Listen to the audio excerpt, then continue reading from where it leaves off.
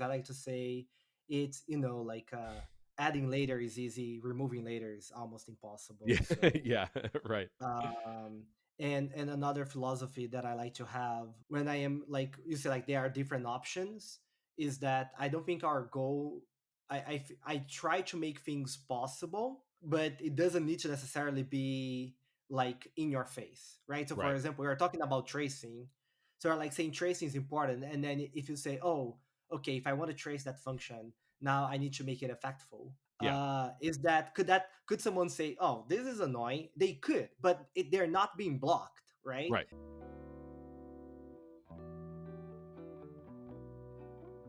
Welcome to an unusual episode of Software Unscripted. I'm Richard Feldman, and I'm talking with José Valim today, the creator of the Elixir programming language, and we're kind of doing a deep dive into language design. In the specific context of this is I'm starting off by talking about some of the things that we've been doing in the Rock programming language, the language I've been working on for the past several years, and just kind of getting José's thoughts and just bouncing ideas back and forth and going on all sorts of tangents about language design. We actually do a lot of visual stuff with this one. We've got a lot of screen recording going on. So if you're listening to the audio version of the podcast, not sure how many things are going to make it through versus how many things are going to be missed, but don't worry, it's available for free on YouTube, as well as we have a Patreon where you can get the ad-free version as well. Speaking of Patreon, I want to give a huge shout out and thank you to everybody who's been supporting Software Unscripted on Patreon. Thank you all so much. Really appreciate it. And without further ado, let's just dive into this one. This one is The Functional Purity Inference with José Valim. José, welcome back. Hey, thanks for having me again. Looking forward to this. Yeah, so the background for people who didn't hear the intro, I guess, because I'll probably have explained all this in the intro, is there's been a bunch of changes to Rock's design recently, and I wanted to just sort of walk you through them. Not all of these are implemented. In fact, a lot of these are not implemented yet. So some of the things I've been doing is like I changed the syntax highlighting locally and stuff like that. But basically, I just sort of wanted to talk you through it and just kind of get your impression as like another very respectable language designer and just see what you think. So I'm just going to dive right in and do that. So for those who are just listening, we're going to be in Zed. This is the editor that I work on. It's awesome. And one of the things that it lets you do is sort of screen share in sort of a Google Docs style. So we're both in the same editor, and Jose can move his cursor around and make edits and stuff like that, and I can do the same thing. And I figured that this would be a good place to start. So let me just start with Yeah. main.rock here. So And if people prefer, that will be, sorry, like there's a video version as well, right? So they can follow in the video that's right. too. Yes, it'll be on YouTube and Okay, Patreon. Yeah. Um, fantastic. cool. So okay, so here is one of the first changes that we're making here is to the types of functions. So today, all rock function types look like, I guess I should, all right, let me find something that has an actual, what's one of these? Probably bad choice. Maybe something in here. Yeah, sure. So today, all rock function types look basically like this to response function, and basically they have a thin arrow here. So thin arrow being dash greater than, and what we're introducing and actually this has already landed, is this concept of effectful functions. So historically, we've had every function is pure, and there is no such thing as a rock function that runs a side effect. So we're changing that. What we're doing is, instead of the old system where we had this concept of a task, where you had pure functions that return a task and you chain the tasks together, kind of like promises in other languages or IO and Haskell. What we're doing is we're changing that to basically say, now you can have a concept of a pure function, or you can have a concept of an effectful function. So whereas previously we would have said, I have a function that is pure and returns a task. Actually, that's a bad example. I guess this would be like task. Yeah, so previously you'd have a pure function that returns a task. Now you have an effectful function that usually returns a result instead of a task. So result being sort of our like error handling type. So a result of like HTTP response or a string would say, this is either going to return an HTTP response or it's going to return a string. And so Yeah. previously we sort of did the error handling as well as the representation of like, oh, this is doing some sort of effect in this type called task. And now we're doing it just using thick arrow. So instead of dash greater than, it's equals greater than. And that's what sort of quote unquote effectful functions look like. So the upshot of this is that now instead of having to do sort of task chaining and like and then, and we've had various different pieces of syntax sugar for this over the years. Um, Now it's very straightforward to run a function that does a side effect, which is like you just call it, like you do in most languages.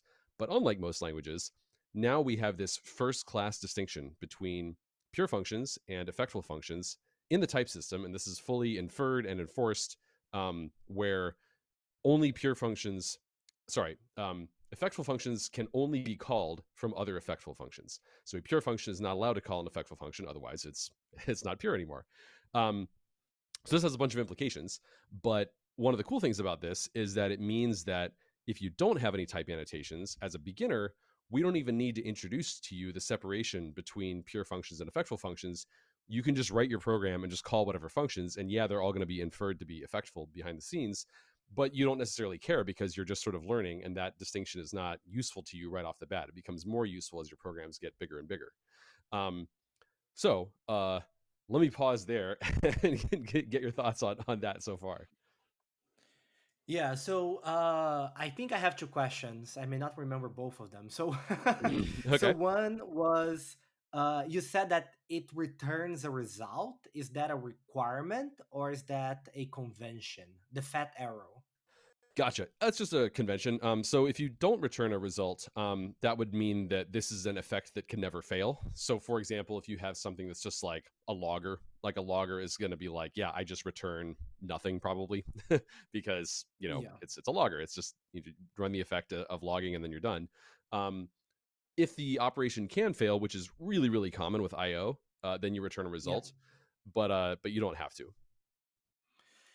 Okay, perfect. And then the other question is, probably something that you already have to think about today. Which is, imagine that I have a pure function, but I want to debug it, right? Yes. So debugging is an effect. So do you have conveniences? I think like Haskell has like unsafe perform something, so you can debug without using and the IO system. Do you have something similar? How does that work? Yes, that's a great question. So two answers there. So one is we have so Haskell has a function called trace, which is basically just like, hey, stop whatever you're doing and print out something to standard error. We have that too. It's called DBG for like short for debug, and it's similar to how DBG works in Rust. It's just like print this thing out, and then we also print out like the line number where it was, so you can sort of see where in the source code it was. That's sort of Perfect. the quick and dirty thing, and you're allowed to run that operation in pure functions even though we know that that is a side effect. The theory is that basically the point of debug is that it's to be a for frontline debugging, it's not intended to be something that you ever ship to production. It's just supposed to be something for like, I want to do this instead of like setting a breakpoint in like a debugger. And so we allow that, even though we know that logging is a side effect, or writing to the console is a side effect. In theory, you could use that to be like, I'm gonna like listen to my own standard error and try to capture stuff, and do something like sneaky to break purity. But kind of our feeling is like it would be really hard to make that mistake on accident. You would almost have to be going out of your way to do to do something like that. So we're kind of assuming like, yeah, this is not going to hurt anybody's application in practice, and it's like really, really, really extremely useful to be able to do print line debugging in any function. So we've always had that, or we've had it for Yeah, many years, and we don't have any plans to change that. The other thing that's worth noting about that is that we do plan to introduce more and more optimizations to the compiler that rely on the assumptions of pure functions being pure.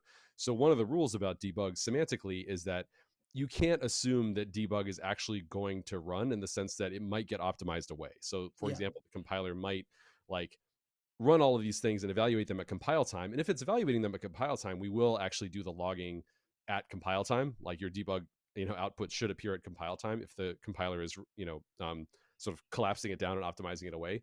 Um, but it might not run at runtime like you were expecting. The other thing is, you mentioned, so Haskell has unsafe perform IO, and basically the idea there is like let's say that you don't just want to debug by logging to standard error, but you actually want to like write to the file system, or do a network request as part of your debugging. So we have an even simpler idea for that, which is basically just that, when you call an effectful function from a pure function, that is a non-blocking compiler error. In other words, the compiler will tell you about the error, but you can still choose to run the program anyway. So this is kind of the theme of this sort of design philosophy is something that I've been calling always inform, never block. And the idea behind it is that Yeah. um, you can always run your program if you really want to. And this would be one of those cases where it's like, yeah, the compiler is going to say, hey, you're calling an effectual function from a pure function. This is going to mess up optimizations and, and other things. You need to stop doing that. But you can still run the program anyway. So if you want to debug with that, you totally can. Okay. All right. Yeah. So let's explore like this tangent just a little bit. I was reading an article this week. I don't exactly recall the article, and it was like ideas the person had for programming languages, I saw and that. one of the Yeah. points that yeah. Okay, yeah, so you know, right? So one of the things that I found very interesting was that, like, when people, especially if we're talking about like web servers, when people are running those things in production, like having tracing, you know, tracing instrumentation in your program, it's kind of an essential piece, and you want to, and you want to make it very easy to add that. Sure. So one of the so I have been reading an article this week about ideas for programming languages, features the author wanted to have in programming languages, Right. and one of the features there that I found was interesting was this idea of tracing, instrumentation, observation. Because if you take a web server, right, like most web servers running in production, right, they need to have those features, right? But very few programming languages they have this built in. It's usually an external package, right? And I'm not saying like, oh, it should be part of the programming language. I'm not necessarily making that point, but I think it relates to this discussion because like even if we had like pure code, it could be a complex algorithm that takes a while. And I may want, for example, to instrument or trace different parts of that algorithm, right? Based on you know based on what I think would be interesting data to get for production and so on. How would that work in this case? I think I'm going out of the syntax proposal, but it's related. So in a way, as a developer, I kind of want the code to be treated as pure because I don't want somebody to go and start introducing side effects, right? But Right. at the same time, from a production point of view, I need to get more information from that piece of code. So how do you balance these trade-offs? Yeah, that's a great question. So, yeah, the simplest example there is that recording time, like saying like, how long did this thing take to run, or what's the current system time or something like that. That is a side effect, and like it gives you different answer every time you run it. So the question then would be, if I have a really complicated pure function and there's a lot of different steps to it and I want to try to measure different steps and do it in production, how would I do that? It's a good question. And like currently our like we don't have a plan for that. There are a couple of ideas of like what we could do. One idea is just like, well, the default idea is let's not ship anything prematurely and see if this use case actually comes up in practice. um, it could be that it doesn't come up, we don't know. uh, Yeah. Another possibility is that it comes up, but it turns out that there are a couple of different points where you need to do the measurements, and there it's just kind of fine if you just say, oh, we're just going to do effects here, and then like they're going to call out to these pure functions that we've sort of chopped up. And so it's like, yeah, maybe it's a little bit less convenient, but it's fine. um, that would also be great, because this seems like the most straightforward way to do it is just to say like, yeah, it timing is a side effect, so let's treat it that way.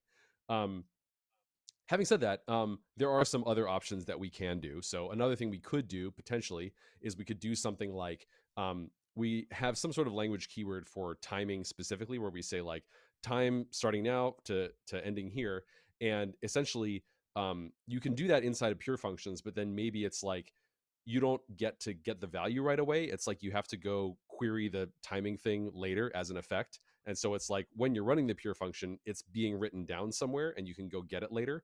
um, but it might you don't necessarily get it right away. And I think for that use case, you probably wouldn't care.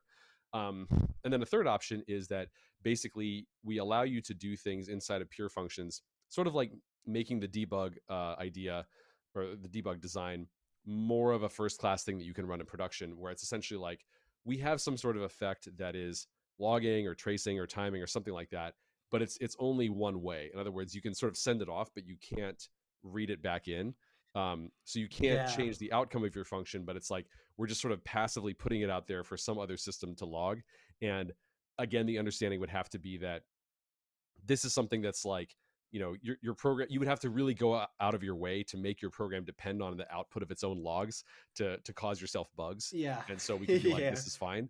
And again, we'd have to have the rule that like the optimizer can potentially optimize it away, which might be a problem when it comes to tracing. So there is kind of a whole can of worms there. So the initial design is just like, let's see if we can get away with not having those and just do the much simpler design of like all logging is effectful, all timing is effectful, and just see how it goes in practice. Yeah, it's definitely a longer term kind of thing. But as you were talking about option 3, I kind of realized that, at least in my mind and my limited understanding of rock, it actually makes a lot of sense for rock semantics, because it's like mutability, for example, is not necessarily a bad thing. The problem with mutability is when you can observe it, right? And that makes a lot of sense for rock, because you are mutating things behind the scenes. Yep. It's just that nobody can observe, Right. so everybody's happy. So I think that's kind of maybe perhaps the rule that you want here. Like, look, is this effect observable? It's like, oh no, it's not observable unless you really go out of your way to make it observable. Like, have a function log somewhere and then have another function read the result of that log, as you said. Yeah. So yeah, Well, so it yeah. the bigger concern that I have there is just that like there are a lot of optimizations the compiler can do if it knows that a function is pure. And so my concern would be more that like if you're putting timing information inside a pure function and you're like, I really expect those to show up in the logs, it's like, well, now either the optimizer code needs to be really complicated where it says like, okay, wait, hang on, we're pure up to this point, then we stop being pure, and then we start being pure again, and we stop being pure again, which would inhibit its ability to optimize. But also, I would be concerned about like just, I don't know, surprising behavior if we didn't do that, where it's like you're expecting to see these in your log files, like unlike debug, where we're like really clear on like, this might get optimized away. Um, and maybe we would have to just be clear on that piece too. But I mean, you can kind of see how there's a lot more complexity if we opt into like, yeah, you can do Y- stuff y- inside pure functions that's logging. Yeah, yeah. I think so. I think, like, depending on the case, like, so I assume that in this case, if you have a trace that is kind of I mean, there's going to be compiler complexity for sure, and that's a separate argument. But I assume in this case, if you see like a tracing or a DBG that is kind of a barrier of optimization, or something that you completely fold away, you're like, oh, after I'm done with those things, this is measuring something else. It's also something that you could tell, right? You could like, look, like this debug, as you said, this debug is being executed compile time, right? Or Right. this tracing has been completely um, eliminated. Yeah. And Well, so the thing about yeah, debug is that one of the thoughts around having debug, allowing debug to get optimized away is that if I'm trying to debug something and the debug statement doesn't show up, that actually tells me something in my debugging. It's like, oh, this got optimized away. And so if I'm trying to debug my program and understand like what's happening in this code path, the fact that I don't see a debug there tells me like, oh, this code is not getting run at runtime, and that actually helps me in yeah, debugging. Like even when I'm doing optimizations, like that's an important clue. Um, I don't know if the same is true of timing information. So I can see timing information suddenly disappearing being more confusing than helpful. Um, so I guess like all this is to say that it seems like there are just so many trade-offs around like whether or not to allow that. It seems like being yeah, cautious and being like, let's just see if we can get away with not having it, because this is sort of a general design philosophy that I have, and I'm actually curious what your thoughts are on that philosophy. But um, this is something that I kind of learned from Evan Chaplicki, who made Elm. Is the idea of you're always sort of doing experiments when you're making a language, and when you have sort of a fork in the road and you're like, I could choose this design or that design, trying to do the thing that's going to give you more experimental information is generally good. And then also doing the thing that is sort of more restrictive first is also generally good, because it's Yep. much easier to remove restrictions and say like, Yep. okay, you can do more stuff, than it is to go the other way around and later on be like, oh, I know a bunch of people are relying on this, but we're taking it away now. That's much worse Yep. than being like, nobody's ever been able to do this, and we've decided that we're going to allow it now because it turns out that that seems like the better design. So for those reasons, it seems like start with just the more restrictive thing and then just, Yeah, yeah. yeah, for sure. What I'm mentioning is would be, I think, additive and if justified. I say very similar things. I like to say it's like adding later is easy, removing later is almost impossible. Yeah. So Yeah. Right. um, and another philosophy that I like to have when I am like you say, like there are different options, is that I don't think our goal. I try to make things possible, but it doesn't need to necessarily be like in your face, right? So, for Right. example, we are talking about tracing. So, we're like saying tracing is important, and then if you say, "Oh, okay, if I want to trace that function, now I need to make it effectful." Yeah. Is that could someone say, "Oh, this is annoying"? They could, but they're not being blocked, right? Right. Which would be a whole separate conversation if they could not trace at all, right? So Yes. the fact that no there is no blockage here, right? You're not getting in the way of the user. For me, it's fine enough to say, okay, like it's important conversation to have in the context of side effects, but I don't think it's a blocking for the feature altogether. And Yeah. yeah, and one, yeah, you wanted to say something, and then I have one last question. Yeah, I guess like the summary of that is, it's like, worst case you're inconvenienced, you're not blocked. and Yeah. and we don't know how much of an inconvenience it'll be. Maybe it turns out people are like, oh yeah, that was a little annoying, but it's fine. Yeah, moving on. Yeah, exactly. We don't know. Yeah, Yeah. and so you said that one of the benefits of the fat arrow was that you could infer it, and you cannot infer the single arrow task today. Is that not, you could not do that, or you could do that as well? So we do infer it, but I guess the difference is that in most languages where you can just call a function and that function may or may not do side effects. I shouldn't say most. As far as I know, all languages where you do that, um, they don't have this inference of like, oh, this is doing an effect versus this isn't. I should put an asterisk on that. There are languages that do algebraic effects, and within those languages that do algebraic effects, some of them have it so that all effects are modeled as algebraic effects. So I'm thinking of Unison here and Coca. And then on the other hand, you have OCaml, which has, you can call a function, it'll just do potentially arbitrary effects, but also they have algebraic effects to model them. So it really kind of depends on the language. So I guess if you're in like Unison or Coca and you call a function just like you would call any other function, and it says it's not doing any effects in the type, that's inferred, and also they're not going to have any separate syntax or anything like that for calling it.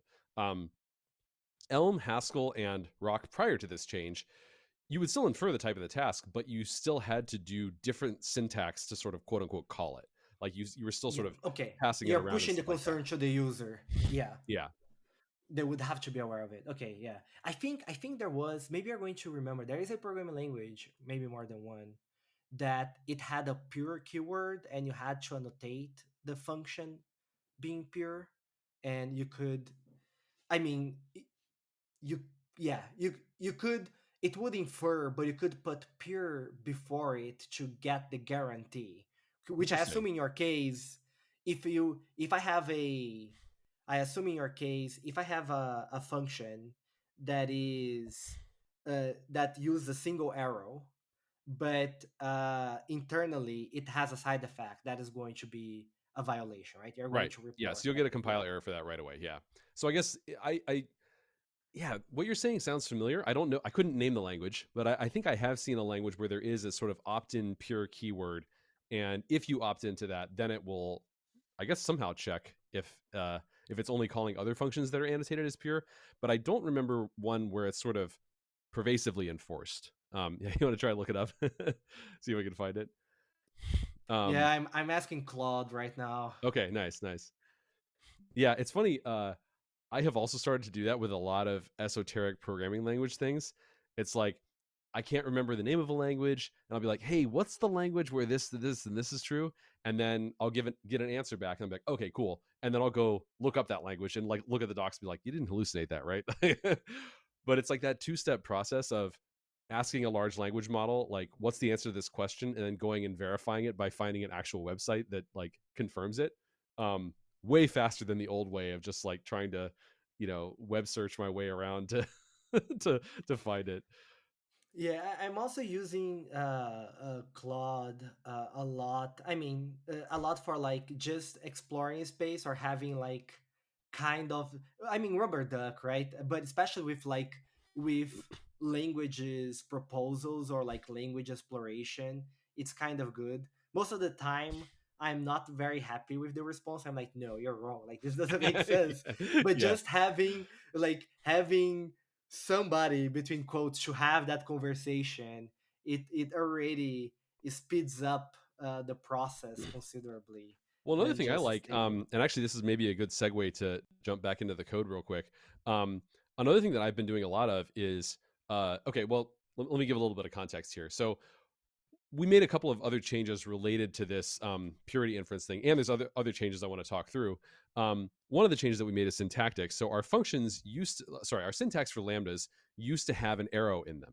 It was like backslash at the beginning, which is intended to look kind of like a lambda symbol. So this is like what Elm and Haskell use for their lambda syntax. And then you would have a thin arrow afterwards, indicating like, okay, this is the end of the arguments. This is where the function body begins. And in this purity inference design, where we have sort of the thin arrow, thick arrow distinction, it looked kind of weird when you had like an effectful function that has like the equals greater than in its type, and then right below that you have the definition of the function which used the thin arrow.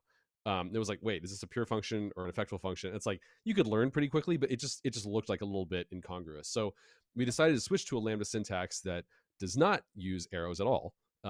Which is the oh yeah, we Cool. also talked about like, well, maybe we could require it. So it's like if you're defining an effectful function, you have to use the thick arrow in the type and in the definition. It was like, this seems like just a hassle for no reason. Why don't we just pick a different syntax for our lambdas? So we ended up Yeah, going with what Rust and Ruby use basically, which is like the yeah. vertical pipes on either side of the arguments. Oh, interesting. And So then everything interesting. so this is our Okay. new lambda syntax. All right. All right.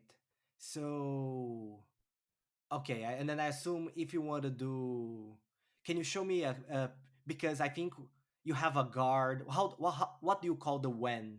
Is it a pattern matching? Yeah. This is just Is like it an alternative to case statement? exactly, yeah. So instead of like Okay, in some languages you would say like, case result of or something like that, and we just yeah, decided to do like when result okay. is. No, yeah, Um, no, yeah, that makes sense because my brain was a little bit confused because when in Elixir is an operator, and then I was like, "Whoa." got it. Yeah, But yeah, if I replace that for a case, it makes total sense. yeah. Yeah, and how? So that's an. And how would you do it as passing? Just an example for me, and I guess for the other viewers. Pass like map. How would be your map invocation now? So imagine you Okay. have a list of integers and you want to multiply every element on it by two. Let's see if I have one of these. That's JSON. That's not what I want. Here we go. Well, okay. I'm trying to find one that's. Oh yeah, this would be pretty simple. So this is kind of. This is a little I'm bit of a. not following. I'm not following your screen. I was Oh like, yeah. Okay. okay, now I am. Okay, I All right. got So it. this is a little bit of a Yeah. spoiler of something else that we're doing. Okay. um, so basically, so let me talk through this too. So in today's rock, so I have right on my screen for those listening at home, articles equals, and it says rows, which is the name of a variable, rows dot map, and then I'm passing into Okay. map a function called article dot from row. That's in the article module, a function called from row. And actually, another thing that we changed is by popular community requests, we switched from camel case to snake case. I don't remember how this came up, but it was just this kind of offhand discussion on Zulip, where somebody was talking about like how some of the new syntax things looked in camel case versus snake case, and someone was like, "Oh, I prefer snake case in general," and somebody else was like, "Yeah, me too," and I was like, "Oh, well, let's just start a discussion about it because like I don't personally have a strong preference. Yeah. I'm fine with both of them." And it was just overwhelming. Everyone was like, "I prefer snake case," like I prefer snake case. Everybody, and then That's so like curious. the strongest like pro camel case was kind of like Yeah, I kind of prefer camel case a little bit, but like it's fine. Like I'm fine with either. And like, and there was this like tidal wave of people who were like, I prefer snake case, and I was like, all right, let's switch to snake case. Yeah. Like, you know, So yeah, so I have so what about your modules? I don't know if they are called modules or namespaces. yes, They were always uh up how do you call it? yeah, Uppercase, I've heard camel case.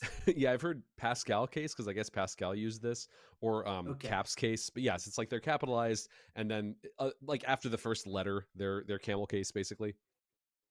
Yeah. So we talked about that Yeah. where it's like this is kind of inconsistent, but then we're like, actually, there's a lot of precedent for languages doing that. Like Rust, for example, just like, and it seems to be fine in practice.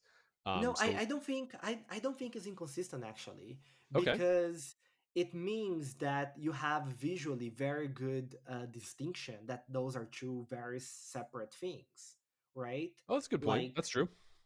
right, so I think it's a pro, right? Like, oh, those are two different things, and we are having very clear indicators of that, right? The same thing with the variable names, right? So That's I hadn't I thought of like that. I that a mean, lot. yeah, it definitely does make them look more distinct. To have the different casing styles. Yeah, I hadn't thought of that. Um, Yeah, on the downside, though, because that's pretty much how Elixir would look like, right? On the sure. Yeah. downside, though, is that imagine if you're going to have code generators, like, Yep. like now you need to have like functions that is like, oh, convert. Like, so for example, imagine that you want to generate something that is article, and then you have a delete underscore article. Yep. Now you need to have functions that convert from one to the other, but it's not the end of. If you are assuming there is no Unicode in there, it's not the end of the world. Right. Right. Um, Right. Um, yeah. So the other thing that we changed is that so today this would actually look like this list.map. Oops. hold on, just a Rows. second, man. Um, so the other thing that we changed is that today, if I were doing this little line here, I would say articles equals and then list.maps. This is a capital L list dot map. So this is like the function map inside the list module. And then I would pass first the list, which is the rows, and then Yeah, second the function that I want to use to map over each element of the list. Um, what we're changing to is the term we've been using for this is static dispatch. And so yep, essentially this is like what it might look like in JavaScript, where you just say instead of list.map passing rows, you just say rows.map. Um, there's a lot of different implications to this change. And one thing I've noticed in talking to people about this, because I've talked through it with a lot of different people, and there's a bunch of different benefits to doing this in Rock. But the funny thing is that there's one really obvious benefit that everybody jumps to and sort of latches onto and kind of assumes that that's like the primary motivation, even though it's not, um, which is it just looks more mainstream. Like there's just a million languages that would, yeah, they have methods, right? They're like rows.map. That's how it would look in Rust. That's how it would look in JavaScript, Java, Ruby. Like there's just a million languages, Python that do it in this style. Uh, but historically, functional languages have not done dispatch like this, either static dispatch or dynamic dispatch. For those who aren't familiar with the distinction, um, dynamic dispatch is where you have rows being like an object, for example, and then at runtime, that object might respond differently to like a request to say like, hey, run your map method. It might run a totally different function based on its internal state at runtime. That's dynamic dispatch. This is not that. This is static dispatch. And the way that it works is extremely simple. It's just like what rows.map means is after type checking, we have inferred the type of rows. If rows is a nominal type, meaning that you've defined it explicitly somewhere, so a structural type would be like a record or something like that, where you just made one anonymously, you didn't give it a name. A nominal type is where you're like, I am defining this is my thing. It's called a list or an array or a string or a user ID or an email or whatever. You're defining the name of the type. So we infer the type of rows, and then we say, okay, if this is a nominal type, where was that nominal type defined? It's defined in some sort of module. Like it had to be somewhere. uh, and then basically we just say, okay, well, let's go look for a function named map in that module that's exposed. And if there's a function that we have access to because it's exposed, then just call that passing rows as the first argument, and then everything else becomes the remaining arguments. Um, yeah, that's the whole algorithm. It's literally just like you have rows.map, and that means go in for the type of rows, find the module where rows is defined, and then expect that there's some function named map exposed from that module, and then call it passing rows as the first argument, and then the others as the remaining arguments.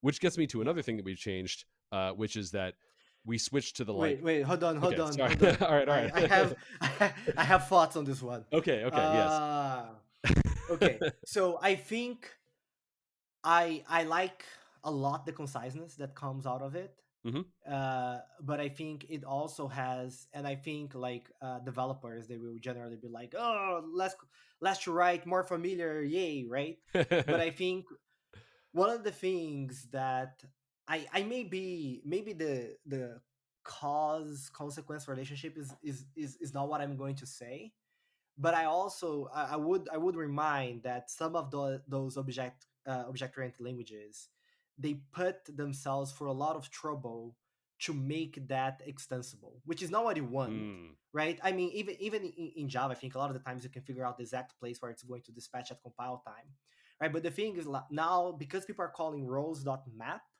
now they will be like, oh, but I want to call rows this and that, which does not exist in your list module, in your list standard library, yep. and and therefore, and then now you are in the space. So other program like in Ruby, very famously, right, and JavaScript, you can do very similar things. I have monkey patching because you kind of want to give everybody this ability of adding their own ideas to list, so everything feels natural. Yep. Because if they cannot do that, now an application developer, they are going to have like my list, right, which Yep. has, or my app list module, which has their own extension points, and now you are mixing between those two different syntaxes, and that makes can make that particular code feel more awkward, or like not feel natural. So that would be like one one of my concern points. I think like languages like Julia potentially have interesting solutions to this problem, because it just does multiple dispatching. In their case, they do. I believe they do it at runtime, and they compile it dynamic. Do a just-in-time compilation. But that would Yeah. be a way of having that syntax or a similar syntax and still making it extensible for everybody. But that it's the point. It's like, well, it's very convenient, but when does it break?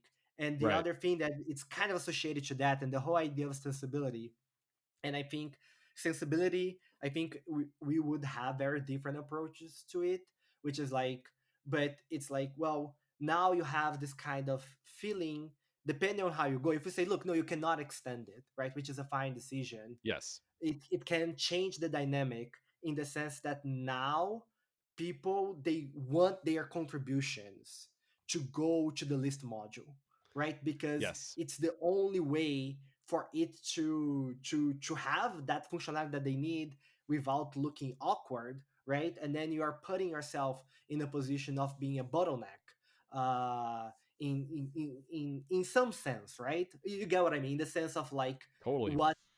what I can add to list and what I cannot add. While in the previous style, just like, look, I have list, right? You can add your list. They are pretty much the same thing, right? You just go and add your own. So that's kind of my thoughts. Not saying that one is better than the other, but those are like the trade offs that I would discuss for this particular solution. That I love that you brought all those things up immediately, because this is like when I have these conversations, this is usually one of the things that comes up pretty late in the conversation. But because you're a language designer and like you've like thought about these things a lot and been down these roads, like you just like jump immediately to that. I love it. So let's talk about this. Okay, so just to give people like a more concrete example to talk about, map is kind of a weird one. So let's use something like the one that always comes to mind to me is pluralize. So let's say my string dot pluralize, right? And so the idea here would be if you have a string like cat, then pluralize, returns cats, right?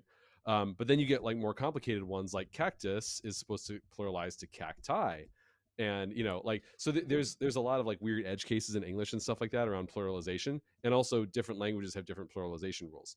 The reason I bring up pluralize is that this is something that Rock would not have in its standard library. Like this is not well, at least a function that automatically does that. I could see an argument for like um pluralize being a function that's like, give me the like, foo, and then like foos or whatever, like, or cat and cats, and then like uh give me the quantity, right? It's like, oh, two, okay, well, you pick cats, right? So something really simple where it's like you give me both strings and then the number, and then I'll pick between those based on the number you gave me. Like if there's two of them, I'll pick this one. If there's one, I'll pick this one. um but the reason I bring this up is because this is something that Rails does with active support, Yeah. where you gave the example of like Ruby monkey patching. In Rails, you get this pluralized method on all strings, right? Because that's something that Rails just ships with. And this is something that Rails adds to string after the fact. Now, in Rock, prior to this change, which I guess is Rock today because we haven't implemented this yet, the way that this would work is like you might try to call like stir dot, that's the name of our built-in string module, pluralize, passing or yeah, passing like some string, my string, I guess. And if you tried to call that, it would be like, oh, well, stir dot pluralize, like in the stir module, that doesn't exist. So that's an error. But of course, if you wanted to add your own customizations, you would just say, well, I'm going to make a module called my stir, or like custom stir, active support stir, whatever, and then just call the pluralize function from there. Um, but if you want to make things work in the sort of method style, visually looks like a method world, the static dispatch world, then you don't have that, right? You have like dot pluralizes how you expect everything to look. And so, like you said, there will be some demand for wanting to be able to customize these things and add your own things to strings. And the question is, do you allow that? And if so, what does it look like? My view is that we shouldn't allow that. We should not allow people to do that. And like you should not be able to add quote unquote methods to things after the fact. And I think this for a couple of reasons. Actually, one is active support is actually like I think one of the counter arguments against this. Yeah. Right? Okay. Well, I actually I can say my reason. Actually, I'm curious because you've done a lot more Ruby than I have, that's for sure, and a lot more Rails. I'm curious to like what do you think about that topic?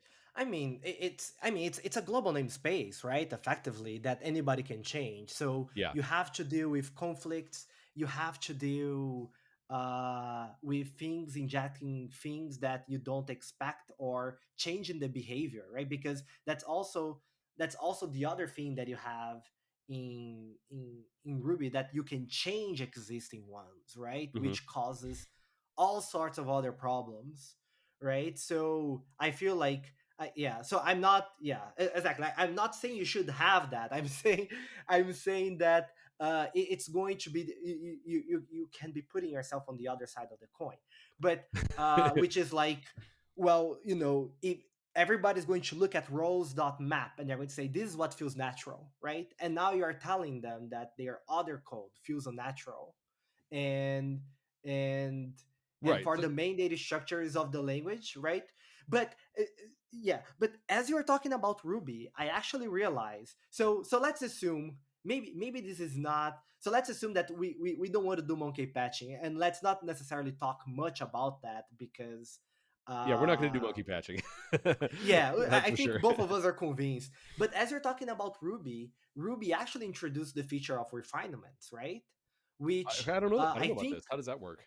yeah. So refine. I may butcher it a little bit, okay? The how it actually behaves in Ruby, but I can give you a decent explanation of how it could work in Rock.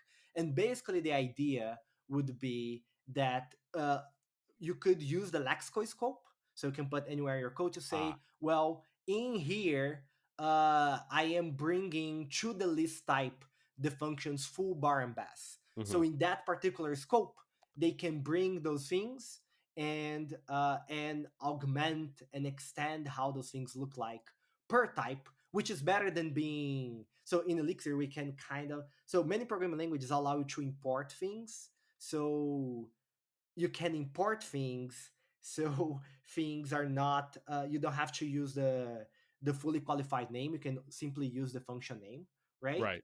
But I guess one, but when you import again, so I think a good example would be, well, take like uh mathematical arithmetic operators. They are more complex because it's double dispatch and blah blah blah, right? But if you take like arithmetic operators, right, like sometimes you can say, look, I want to bring arithmetic operators for like a tensor, Hmm. right? So I can work with matrix, but I still want to have my plus working with integers because that piece of code has to work with both. So when Right. you have a import into the language that is just about the qualified names, you are going to have those conflicts. And what it means that in practice, your tensor library is not going to use the plus operator, right? But Hmm. the benefit of our, and I'm just thinking out loud, I'm not saying you should you should add this, Sure, sure, sure. but the Yeah. benefit of a refinement and this particular feature is that if you refine the type, it is as if you are importing to that particular type instead to your whole lexical scope. And that still gives you the performance benefits because everything is still detected at compile time, right? Everything is Yep. still static. It's still lexically scoped. And you kind of allow the users to say, oh, do you want to call string.pluralize? They can do that as well, right? So, but of course, it comes with the downside. Well, this is code indirection, right? We're allowing the user to say something in a file that affects how dispatch works in other things. But I think it would be like if our other reference point is monkey patching, right? Something like Yeah. refinements is going to solve many of the problems with monkey patches. May not be something that we want, but it's probably like a better discussion point for us because I think we both of us will find the trade-offs there to be more like reasonable. Yeah, that's a really cool. I'm really glad you brought that up because this is something that we haven't talked about in the design space. We've definitely talked about different ways of um, making it so that you have the ability to sort of override these. Like, for example, it's like one thing we talked about, which I don't think we should do, is making it so that like if I call like my string dot pluralize, and there's nothing in the string module that has the name pluralize, then we fall back on looking at local scope. And I think that's we should not do that. One reason for that is that this means that basically now in my local scope, I like if I have this pluralize function and then later the string module adds pluralize, well now I'm like silently overriding that, or the other way around, like the my string module like has a thing called pluralize and maybe I don't realize that like if that one takes precedence. Actually, sorry, I think I said that backwards. Let me say that again. um, let's suppose that I say my string dot pluralize, like I'm trying to call this method, and currently there is no pluralize function in the string module. So the dispatch is like, okay, I go look in the string module first. It's not there. So I fall back to the local one. That's all well and good. But then later, as a theoretically non breaking change, the string module is like, oh, we introduced a new thing called pluralize. Well, now that silently goes and breaks all of my call sites because I used to be relying on this fallback behavior where they were um, looking in the string module, failing to find it, and then falling back on the local scope. But now that the string module does have it, suddenly it's no longer going to my local scope. And that means that now adding a new function to a module is just always potentially a breaking change because you might be relying on that. Now that's if you do the automatic fallback. So what you're talking about is something different. So what you're talking about is something along the lines of, let me just make up some syntax here where you say like, Do you have imports? we do, yeah. So, Yeah. you could say like import, and then like let's say you called it. I'm going to use a naming convention that is used in the Elm community, which is like stir extra, which basically means like I want some extra functions for strings. They're just sort of like generic utilities. So you could say like import stir extra, and maybe you say like uh, exposing Into, yeah, exactly or into, into right. a So you say like string or pluralize something like that. Yeah. into stir or something like that, which basically would mean something along the lines of now like in this scope where I've done this import, we're pretending that the stir module has something called pluralize. I think if you wanted to do this, it would be really critical that this is an override, where in Yes. other words, like not only can this add to the module, but also if the module has something, then it overrides it and says like I'm customizing how pluralize is working in that module. Because again, otherwise you have this property that Yep. adding a new function to a module is a breaking change. Because if it's an error, then now it's like I add pluralize to stir, and suddenly anyone who upgrades to my package gets a million compile errors because they were relying on this local one. Um, but then again, you have this trade off of like if I'm doing this import that overrides it, to me, one of the downsides of active support is that a common thing I hear from Ruby programmers is they're like, I'm actually not sure what's in Ruby and what's in Rails because I'm so used to like having, you know, both of these things like available. I'll be like, hey, like, does Ruby have pluralize? And they'll be like, well, Rails does. I don't know if it's in Ruby or Yeah, if it's in active support, you know? This doesn't quite have that downside because you would have to like actually explicitly import it every time. So there would yeah. be certainly It's some lexically awareness. scoped. Yeah, Right. And so like even if you were doing an override, you know, that would work. I would worry a little bit about like, you know, there's some really basic stuff, right? Like if I call my string dot is moving. empty, I'm like, Yeah, I want that to do the normal is empty thing. And the fact that introducing this would mean that someone could override is empty to be like a locally different thing. Um, I think a thing that I would dislike about adding this feature to the language is that I would now look at something like this and I would be like, I don't know if this is empty method call is coming from the stir module or local. I need to go check and see if there's yeah, any overrides happening. I tend to not yeah. like stuff like that. I want to just look at it and like have confidence. Like I know what this is doing. Yeah, I agree with that trade-off. I think in your case, things that help you balance that trade-off is that being like you can 100% solve that at the IDE level because it's still a static dispatch, right? So you could even have things like, oh, maybe I don't know if it's possible, but like show it in a different color. So you know that this is coming from an import and not Right. the built-in one because it's still static, right? Yep. So you can have that benefit. The other thing that you said, I'm going to change the code here a little bit. The other thing that we have in Elixir is that you cannot implicitly override. So if you want to override something, you would have it doesn't. I'm you would have to write something like this. So I'm going to dictate it. So before I can import something that conflicts, I would need to say that I want Ah, interesting. to I want to take so instead of overriding something in the string, first I need to say I want it to take the is empty out of the string and now I can put it back in place. So and you can do that in a couple different ways. So for example, you can do so it all depends on how you want the semantics to work, right? But one Hmm. of the things that you can do, imagine that you say imagine that you have this syntax: import a string extra exposing star into a string. So you're basically saying everything in string extra that has a string as a first argument.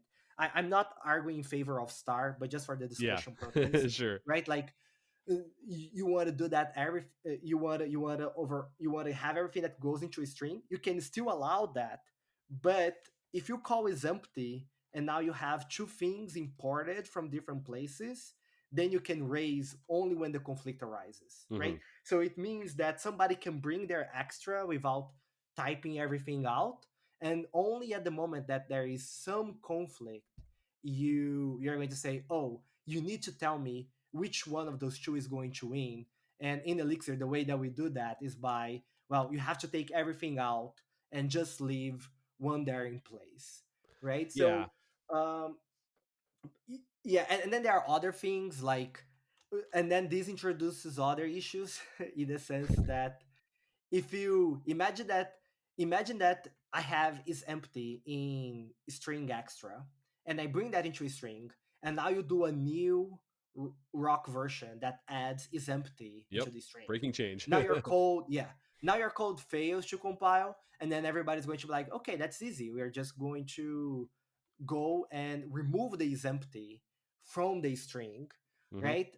So it needs the removing something from the string needs to be done in a way where if you remove something, it's like kind of idempotent. If you want to remove something that is not already there, you should that should be a thing because that's how you get backwards compatibility. So it can work Right. with string versions that either did not have it in the past and the future one, right? So again, like it does come with the trade-offs, but I think like being statically typed, you have like a lot of tool at, again, not saying you should add this, but I think you have like a lot of flexibility at your disposal to have something that makes it feel like you know, that allows user to extend and make everything feel natural without compromising that much. Can you import, by the way, like we're talking about all those trade-offs and to import something into a module, but you already have import. Can you do like non fully qualified imports? How do you deal with Yes. those problems today anyway? Yeah, so we have a thing called exposing. So you can say like import stir extra exposing pluralize, and then like oops pluralize, and then now you can just call a function called pluralize. Like you don't need to say stir extra So dot. so what happens if you add pluralize to your prelude? Uh, to your How do you prelude, call it? Prelude, kernel module, we have because built-ins. Yeah, well, built-ins, yeah. oh, I see. So those are not exposed unqualified. So all of our built-in modules, the module name is Oh, exposed unqualified, but actually we don't expose any individual function names unqualified at all from the built-ins. okay. So if I want to do integer addition, I would do like int dot add, Okay, I'm or glad our you brought this up. So operators. Yeah, this is actually one of the other motivations. So okay, so we've talked about we got the like familiarity one out of the way. So there's a bunch of other really cool benefits to this that have nothing to do with familiarity, and this is one of them. yeah. Um, so Operator, yeah, today, here is the type of. So we have this function called num.add, and the type of this is num a num a num a. And by the way, sorry about the syntax highlighting, but like everything I'm doing here is not like a lot of the stuff is not valid rock syntax today. So the syntax highlighting is totally out of whack. So if anyone's wondering why the syntax highlighting is going, bananas, it's because I'm just doing a lot of stuff that's not currently it's rock syntax in here. I like to say it's science, it's fiction, right? Right now, Right, it's a right, work yeah. of fiction. Actually, you know Yeah. what's funny is that actually I'm just going to rename it to .rb. This is the thing I've been doing. Like actually, Ruby it kind of tends to do a better job at like syntax highlighting now. Actually, that looked. I don't think it. Hang on. Let me articles.rb. I think I needed to close it and reopen it. You might need to follow me again. Where was I? Except where was that? Here we go. Actually, this still looks. Oh, anyway. Um, Doesn't matter. I'll just put it back to rock. It's fine. Uh, okay. Anyway, okay. So today we have num.add num a num a to num a, and so num a just basically means like this is a number and this is a type variable saying like we don't know what type of number it is. So it might be an integer, it might be a decimal, it Yeah. might be whatever. Um, and uh, and so I really like the types of this being like this. Like this is a really straightforward type annotation for num.add. We do have this thing today called abilities, which is our form of ad hoc polymorphism. And actually, one of the cool things about static dispatch is that it can replace abilities in a way that I think is really, really nice. But basically, today, if I wanted to, I could say, okay, this takes an A and returns an A, where A implements add. And this would basically be a way of saying like, okay, we're going to have this ability called add, which any number of different types can choose to implement and opt into, and num might be one of them. Yeah. And then now, if anyone wants to make their own custom type, they can say that one implements add as well. And the reason that this matters is that right now, today, the way that all of our operators work, so like plus, for example, is that they just desugar into normal function calls. So for example, if I say a plus b, that desugars today into num.add ab. Um, and if we wanted to change it so that, so the context here is that a common request has been for operator overloading, not custom operators, but specifically people saying like, I want to make a Yeah. new complex number type or a matrix type or a vector type or something like that. Or And I want to add decimal, operator yeah. overloading to it. And at first I was like, well, I don't really want to add operator overloading to the language. So what if we just added a matrix type to the built-ins and a vector type and like a complex number type? And it turns out that it's actually more complicated than that, because in the specific case of matrices, there's different representations that people want for different use Yeah. cases. So if you're focused on Yeah. math, you want it to work like math works, but there's an optimization you can do where the rows and columns are like flipped, and then it's much faster. And that's what people want in like game dev and like really high performance scenarios. But then like none of your stuff works the way that it works in math. So it's like really confusing if you're just like, I just want to do, physics or something. Um, so then like there isn't a good like one size fits all like matrix implementation. So I was like, okay, let's say we want to do custom operators today in Rock right now. If I wanted to make it possible that people could um, have their own, sorry, operator overloading, not so custom operators would be where you can be like, I want to define, six pluses to being something. Like I definitely don't want to do that.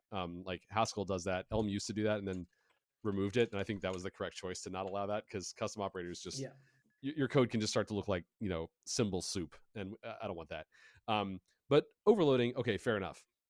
Now, so the interesting thing is that, I mean, when I look at this type, I don't think this is nearly as nice of a type as this one. I definitely prefer being like, yeah, this is the num module. We're just dealing with like numbers here. Like, why do I have to have this concept of like, yeah, add is like we have some addables and we add them together and then they get back an addable, right? That's how adding works. It's like, no, there's like numbers, right? Um, yeah, and so what's cool about static dispatch is that we can just change what this desugars to be like a plus b just desugars to a dot plus b. And now yeah, we can say we have num dot plus, and I'm changing the names of these so that it's like more clear this is about an operator. We get to keep the same normal type, but because this does static dispatch, now if you want to implement like support for the plus operator in your custom type, it's super simple. You just make a function named plus with the appropriate type in your module, and you're good. And the other thing that you can do is that you can have, like, all static dispatch is doing is it's like find the type of a, find the module where it's defined, then call a function named plus, passing a as the first argument, and then passing along everything else. So what's cool about that is that there's no restriction here on what the type of this second argument is. So you can do stuff like say I have a matrix type, and the matrix type takes like yeah, you can accept like a scalar as a second argument for plus, or a vector can yep, accept a scalar as a second argument, or you can have a time type that's like an instant, and maybe it accepts a duration as the second argument, not another time. So you're like, I have this moment in time, and then I want to say like plus 5 hours, and so the second type is like a duration of time, and the first one is like an actual moment in time, and that can just work as well. Um, so it's really nice how like all of those things just work, and you don't have to have these awkward like, oh, where a implements whatever. Like, you get to have a nice simple straightforward API for the thing that's making use of operator overloading, and then the operator overloading sort of just works because you chose the name plus for the function. yeah, yeah. So I have tons of thoughts. Okay, cool. So one, like this thing that you said, like people, oh, I'm going to add vectors, I'm going to add matrices, and then you see that the problem goes like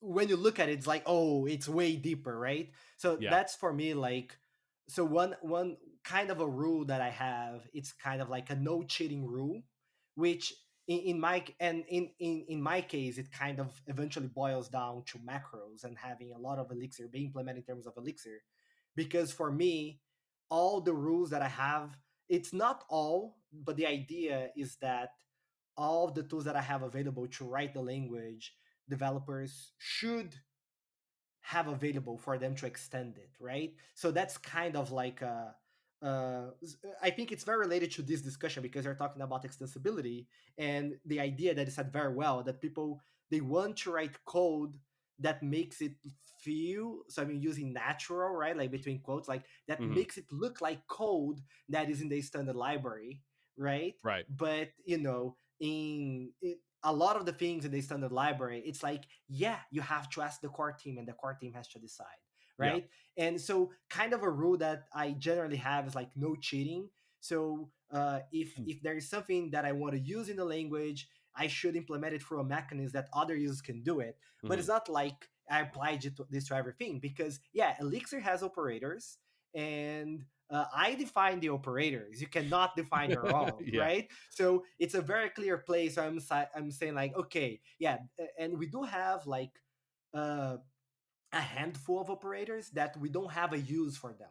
They are there in the language for people to use for their own purposes, Oh, interesting. and yeah, but it's just like that list, right? Hmm. And then if you want to add something to that list, right, they have to send 3 letters signed, right? And and like really make our case that you need to add something beyond that, and it's something that we considered in the past, and then we even use this. So for example, some of our operators, they don't they are not imported by default because we have a prelude kernel Mm, kind of thing, right? So we do have operators that are not used by default, but if you're doing bitwise operators, you can import the bitwise functionality, and now you can use I see. the and now those operators, they get a meaning. But again, because our imports, they are all lexically scoped, we cannot do type-based import as we have been discussing Yeah. for rock, right? So that's one of the things, like so like this process that you went through, like, oh, maybe I want to add that, is one of the reasons where I would, for example, consider something like, refinement or importing functions. Because the other thing is, if you are talking about plus in particular, Yeah. is that it has to be commutative, right? So like if I change the order of the arguments, right, now if I do one plus a matrix, that has to work. Otherwise, it's going to feel very inconsistent, right? So how can I go and teach plus that should work, right? And that introduces a whole host of other problems, right? And the only other thing that I'll add in this discussion, because I'm really going down into arithmetic, and you use an example with durations, Yeah. is that in Elixir, we specifically chose to not have all of our duration things. They don't have a arithmetic name to them Mm. because they are not really arithmetic, right? They're not So commutative. Yeah. uh, like they don't retain all properties, right? So Right. for example, if I am on 31st January and I add a month, right? Mm. Regardless, if you go, you're going to do some rounding. So regardless if you go up or down, when you come back, you're not going to get the same date, right? You're Right. going to get something else. Usually you go down, which means that I add a month that's February 28th, and then when I come back, I get January 28th. So we use like shift as the name of our duration operations to not give the impression arithmetic. But basically, what I'm saying is that if you're going down this road, you have to think about, well, what about one plus matrix? What does that mean? Right. I think, yeah, it's a great point. I hadn't thought about that. I mean, so to me, when I think like if I have a calendar date and I say like plus 3 months and then I subtract 3 months, um, it's a fair point that I might intuitively think, yeah, this is going to go back to right where it was before, but it might not.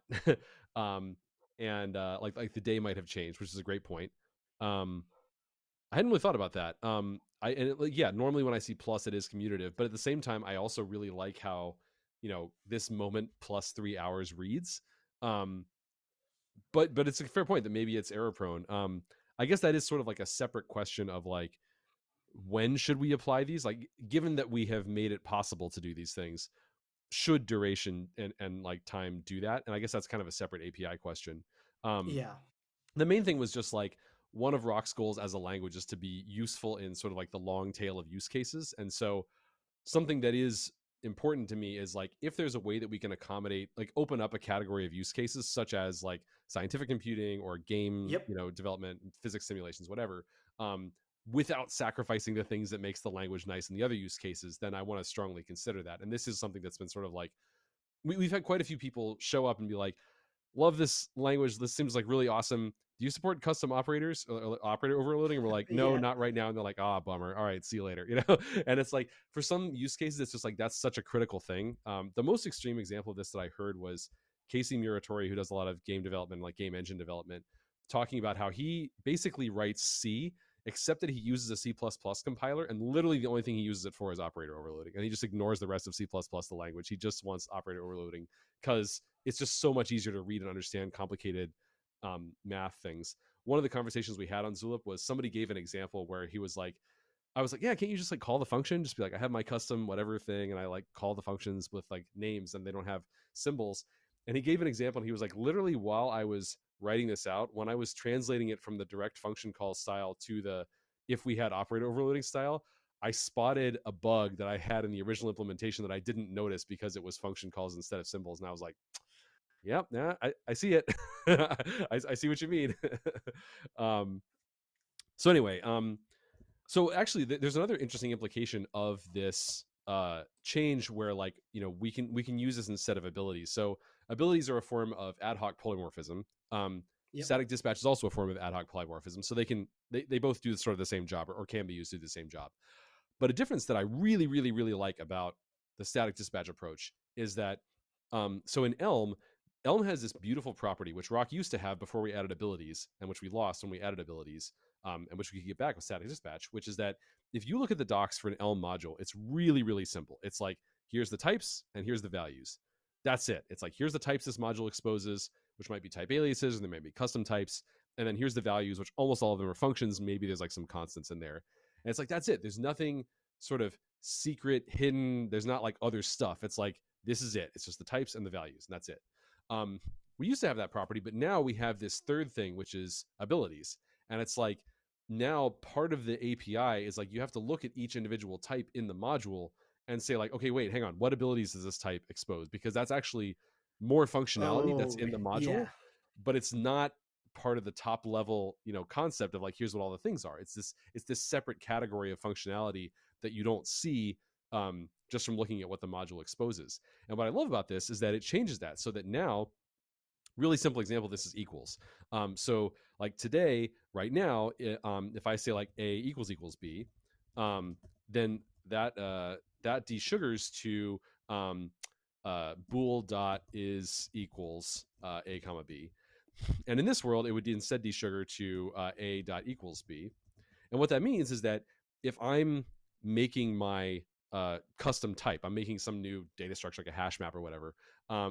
Today, you would say, I'm making my hash map type, and I'm going to say it implements the equals ability, which means that now it gets to work with double equals.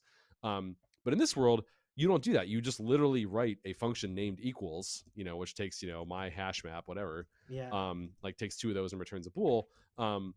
And so what I love about that is that then it's like, you're looking at this my hash map module and you're like, what operations does this suppose? It's like, just look at what it exposes. That's it. That's the whole list. It's all in one place, like it is in Elm and like it used to be in Rock. So it's this nice thing where it's like, yes, we still have ad hoc polymorphism. You still have the ability to define custom equals and custom, whatever. And we've gotten operator overloading in a nicer way. But now it's done in a way where the documentation is just much simpler. It's like, you just have the full list of, here's everything this exposes. It's all in one place. It's just types and values, and there is nothing else. There isn't this extra layer. And I love that. That's like a nice language Yeah, simplification. no. Yeah, for sure. Like I think it's undeniable that the static dispatching is going to be simpler than the ad hoc one. It's going to be, yeah, it's like it's a simpler construct. So if you can get away with using a simpler construct, then you should definitely go with it. Yeah. No, there I is a trade-off Yeah, here. I mean, in fairness, like if I scroll back up to where we were comparing like the rows dot map to the list dot map, this is one of the most obvious visual trade-offs, where like if I say rows dot map and rows is a list, on the one hand, that is more concise than calling list dot map passing rows, because like I don't have the list dot part, right? It's like the same number of characters, except in the like fully qualified style that we use today, I say list dot map instead of list dot map passing rows rather than just rows dot map. However, although this is more concise, it's also less information dense. Like we don't have the little hint of like, oh, this is yeah, list dot map, right? So when you get a chain of these things, like actually, if you look up here, here we have query params dot get parentheses, and it's passing the string limit, because like we're getting the limit query param out of the yeah. string, dot map, and then we're passing dot 2u64, which I'll talk about that later. Oh yeah, we also added this double question mark, which is sort of like turn a result into uh like with default get some other value out of that. Okay, That's kind of nice. a Yeah, separate thing, but the point is query params dot get parentheses limit dot map. This is more concise than how we would write it today, which would be something more like params dot get, query params comma limit, and then that would get passed to, actually we would do this with a pipe operator, and then I would say pipe that to result dot map, and then et cetera, et cetera. Now, obviously, the one where we're doing the sort of method style chaining is more concise, but also you might not necessarily realize that when you say query params dot get limit dot map, that dot map is a result dot map, as opposed to like maybe it's a list Yeah, dot yeah, map or it's something else. You sort of have to infer that from context. Now, in this case, because I'm using the double question mark, which is shorthand for result dot with default, I can use that as my context clue to be like, oh yeah, well obviously this map is a result, but also very clearly when you're explicitly writing out result dot map, it's like that's the fastest possible way you can answer the question of like what yeah, function am I looking at here? So this is an unavoidable trade-off of the like either you get the conciseness or you get the self-descriptiveness, and you just can't have both. Like yeah. um Yeah, so I do have a question here. So you're using the params.get mhm, in there, yeah. right? But the type of query params according to the signature is list. So you added the get to the list module so you can get that kind of behavior? This is this probably should not be a list of strings. So again, this is like made up Okay. code. This probably should just be a like Okay. a query params. Um, but yeah, You would that wrap that it somehow. Okay, yeah. yeah, there's been a lot of experimentation with like the types and stuff in Yeah, here. yeah. Not everything is as consistent as it should be.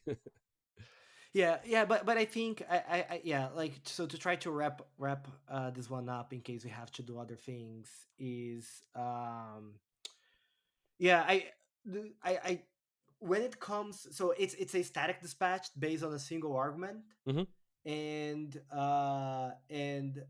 I still think like going down the arithmetic operators is going to have complexity in there because you cannot do the single argument dispatch anymore. But right, like you need to, like, if you want, because somebody can bring their matrix module and they're going to make that work with scholars, but your scholars, they don't, Then it's they not commutative anymore. Yeah, like yeah, like you might expect. Yeah, so I think I so I mean, maybe there are solutions to that. So like maybe what you could do is that you could do, since you dispatch on the, well, I mean, yeah, there definitely be solutions, but it comes with their other set of trade-offs. But since we have been mentioned Ruby a couple times and we have mentioned duration, I would say that one of the things that I really really like in Rails is the using 1 dot hour or 3 dot days, yeah, or like 3 dot days ago, to get right. like sometime in the past. Like I really really like those. It's not a feature that we have in Elixir. I haven't figured out a way to get kind of like a similar experience. Like in Elixir you can pass keywords around, but it just doesn't read the same. Like so in Elixir you'll be able to do like I can create like a duration and then pass like like hour one, or maybe like days 3 hour one, right? Like Right. it doesn't read the same, right? It doesn't read the same in my opinion. Maybe it's my early early Rails bias, but being able, like, and then I have to pipe to a goal, right? Like to Yep. me something like 1 hour ago reads like really nicely, It and totally it, does. Yeah. it's a, yeah, Yeah, no, I also like that about Rails style, like the way that it works with time and the sort of like post fix, like put hours after the number. I did experiment with a little something like that, but it wasn't super well received. Um, Certainly the import thing that we were talking about earlier would be a way to do that. Like you could say like I want to add hours to the num module, and now I can just say 5 dot hours, right? um and that would just work, which is interesting. And that's maybe an argument in favor of that, even though I don't like the now if I look at a a method call, I'm not sure if it's coming from local scope or if it's coming from the original module. But that is certainly an argument in favor of it, which is interesting. Yeah, so I realized that I forgot to mention something earlier, which also has to do with Ruby, which is let me find what's a module that would have this more. So that's not an interesting module. How about actually, yeah, I guess trying to find something where we didn't do a bunch of this. Yeah, maybe no, that's not an interesting one. What about okay? Yeah, here we go. Um, so yeah, let's do something like this. So basically, the No, that's also a bad example. I gotta find one that's like really more straightforward in here. I think there's probably something in here. Okay, yeah, this is fine. Um, so so one of the things that we did with the purity inference is we had this concept of the thin arrow and thick arrow, but we did another thing, which is that we made it so that if you are writing an effectful function, there's a naming convention, which is that it ends at an exclamation point. So this actually works similarly to how it does in Okay. Ruby, where it's part of the name. Um, and so the syntax highlighting is confused about that right now, but uh, but it's basically just like in Ruby you have a convention of methods that end an exclamation point are sort of destructive updates, right? It's like it's going to change the object.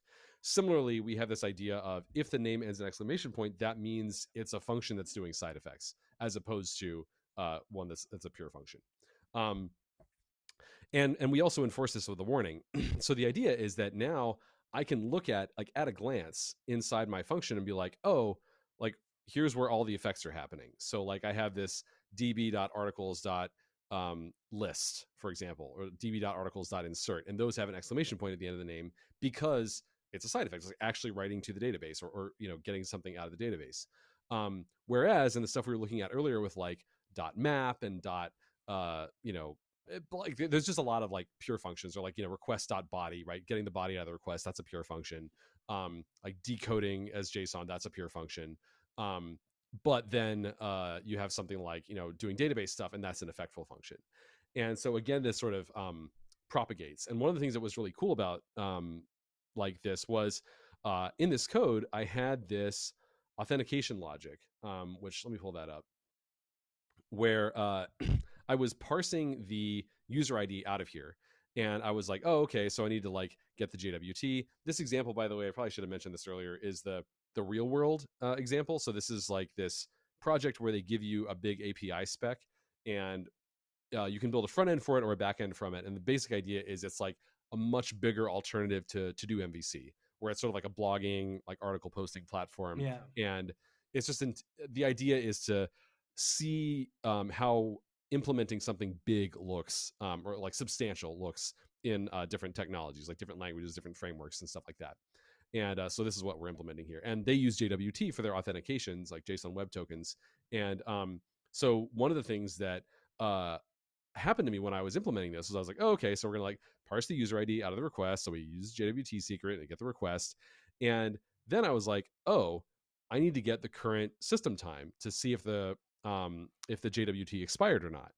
And so at first I had it where I was just like, oh, well, I'll just call, the now function, right? Like the, Yeah. clock.now to get the current system time. And then I was like, ah, man, now I have to like go make my whole function effectful and add an Yeah. exclamation Yeah. point to it. Yeah. And I was like, or that's like, I was like, but that's the only one I'm doing. That's the only effect that I'm doing in the entire function is like getting the current system time. So I was like, why don't I just keep it pure and pass that in? And because the caller is totally effectful anyway, so the caller can just call that with no problem. It's already effectful. And the cool thing that happened as a consequence of doing this is like when I was writing the test for this, it meant that basically, oh yeah, this is like a fake syntax of like plus 1H for like 1 hour. Yeah. Like what we were talking about earlier. I was like, what if we Oh, just. yeah. It's very funny because I actually consider in the past there is this programming language called Frink, Mm-hmm. which has a really cool approach to units.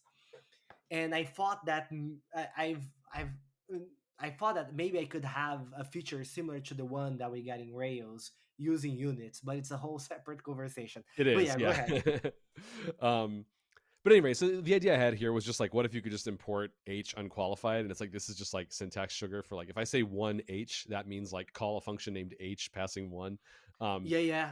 Same, that was the same. idea Yeah. that was not that well received. But anyway, I was, again, this whole project is a big experiment in like trying things out, right? That don't exist yet in the language and may never exist.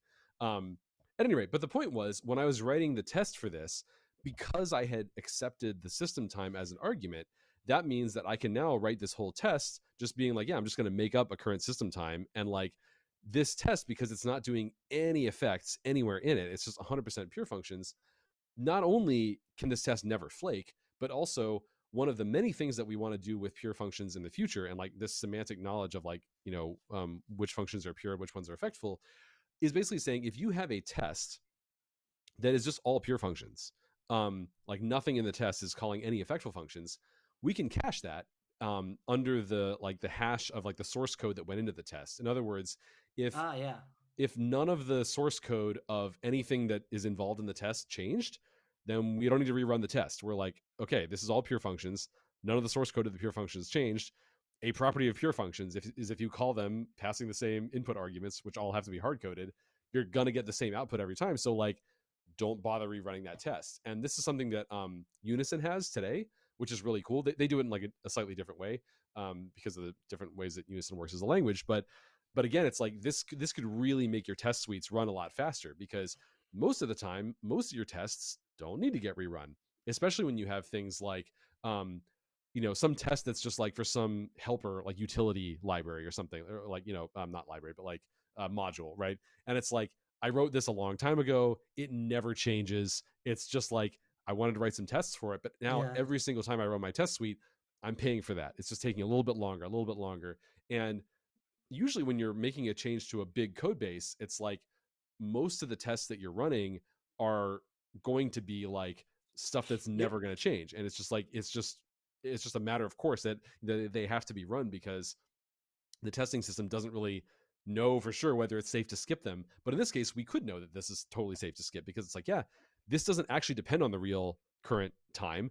It's just it's all pure functions. And as a Yep. consequence of Beautiful. that, I think we can have a lot of tests that just get skipped, and your test runs just go a lot faster, even though you have this enormous test suite. Yeah. Yeah, in Elixir we do something similar, but analyzing the runtime dependencies, so that graph is going to be much larger. So we Mm. don't load the test file. So we know what code that file is calling the modules, Hmm. and we know what modules those modules call.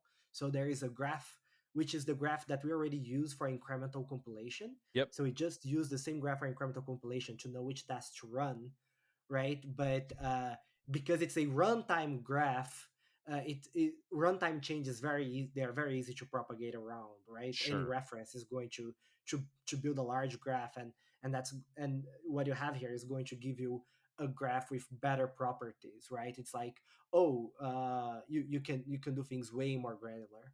Yeah, and Yeah, actually, the point you made about incremental compilation, that's exactly the plan. Is like, yeah, we already want to do this sort of like hash the module based on its source code, but then also the source code of its dependencies recursively, and then like that tells us like, did any of this stuff change? And if not, then we can skip rerunning the test.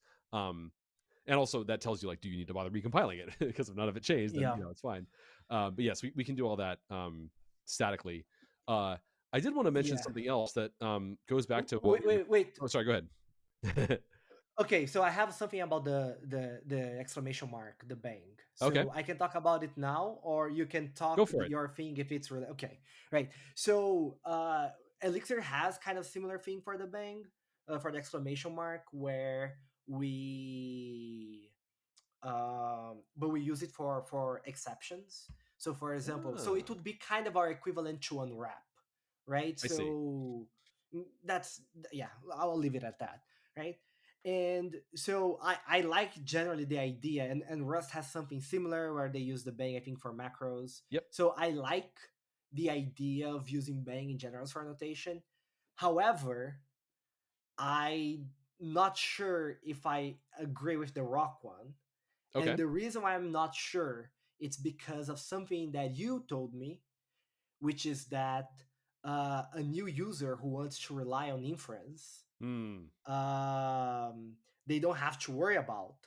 But now, because of the bank, they have to worry about, because they have to That's go fair. and change the function names. And for me, and I would argue that it's redundant information anyway, because I mean, it's redundant for the people defining the function, but not for the ones calling it, right? But it's Yeah. kind of like, if I care about the propagation of those things, I most likely care about declaring the types anyway, which means that I will most likely define the fat or the thin arrow accordingly. So Yeah.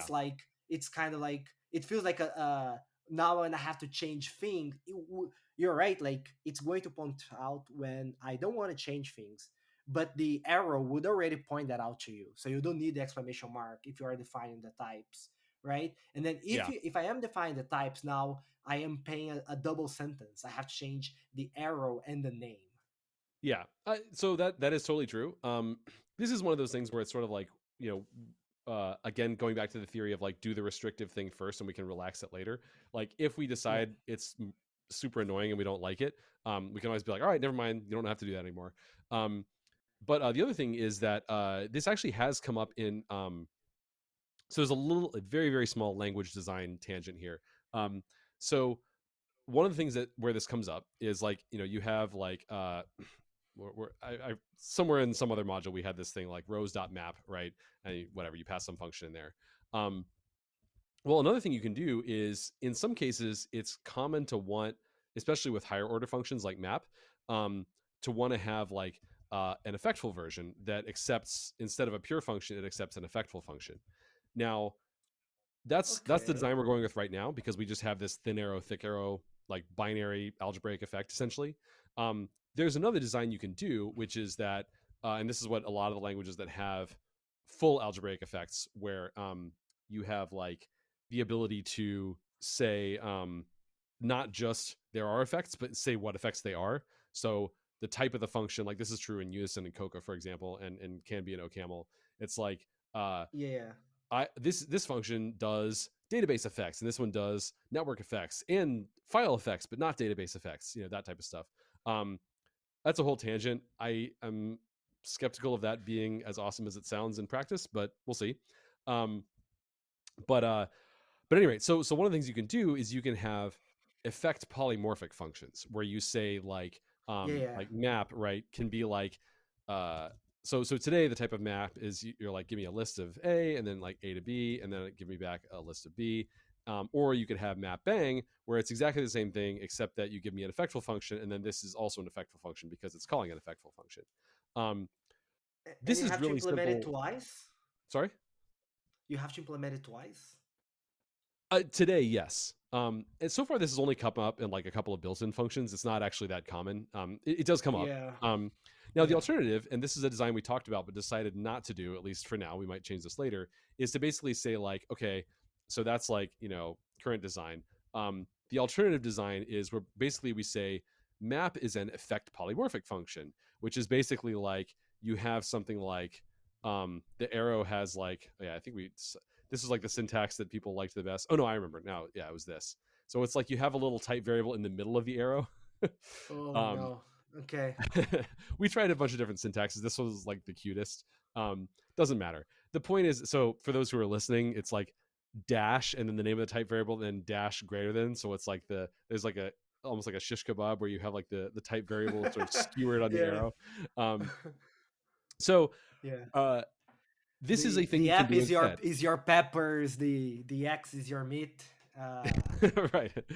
And so the Yeah. idea is that, now you can call map. If you call it passing an effectful function, then you get back an effectful function. And if you call it passing like a non-effectful function, then etc. Now, trade-offs with this. So a downside of this is that now you have this new concept, which we do not have in the current design at all, of effect polymorphic functions. That means you need to learn about those, you need to like understand how they work, and like yada yada. Also, it means that I think this almost might be necessary, because if you like today, if you want to have map and map bang, it's really obvious how to do that. Like, yes, you do have to implement it twice, and actually, the implementation of map bang can just be literally like, um, identical to map. Um, but the problem with this is that, if you say, well, we don't want to have the bang convention, we don't want to say like functions have to end an exclamation point if they're calling effectful functions. Well, now, like, what do you name this? Like, if you want to have these two different functions, like there isn't any longer an obvious name for the effectful version of map. Whereas today there is. So I kind of, in my mind, these are coupled, where it's like either we do the Yeah. bang convention or we do effect polymorphism, and that's kind of the trade-off. And right now, I think we Okay. want to start with the simpler one and see how it goes. Yeah. So okay. So w- how often is the implementation with Bang not the same as the one without? For higher order functions, I mean, they're this is pretty much just like they're always going to be the same.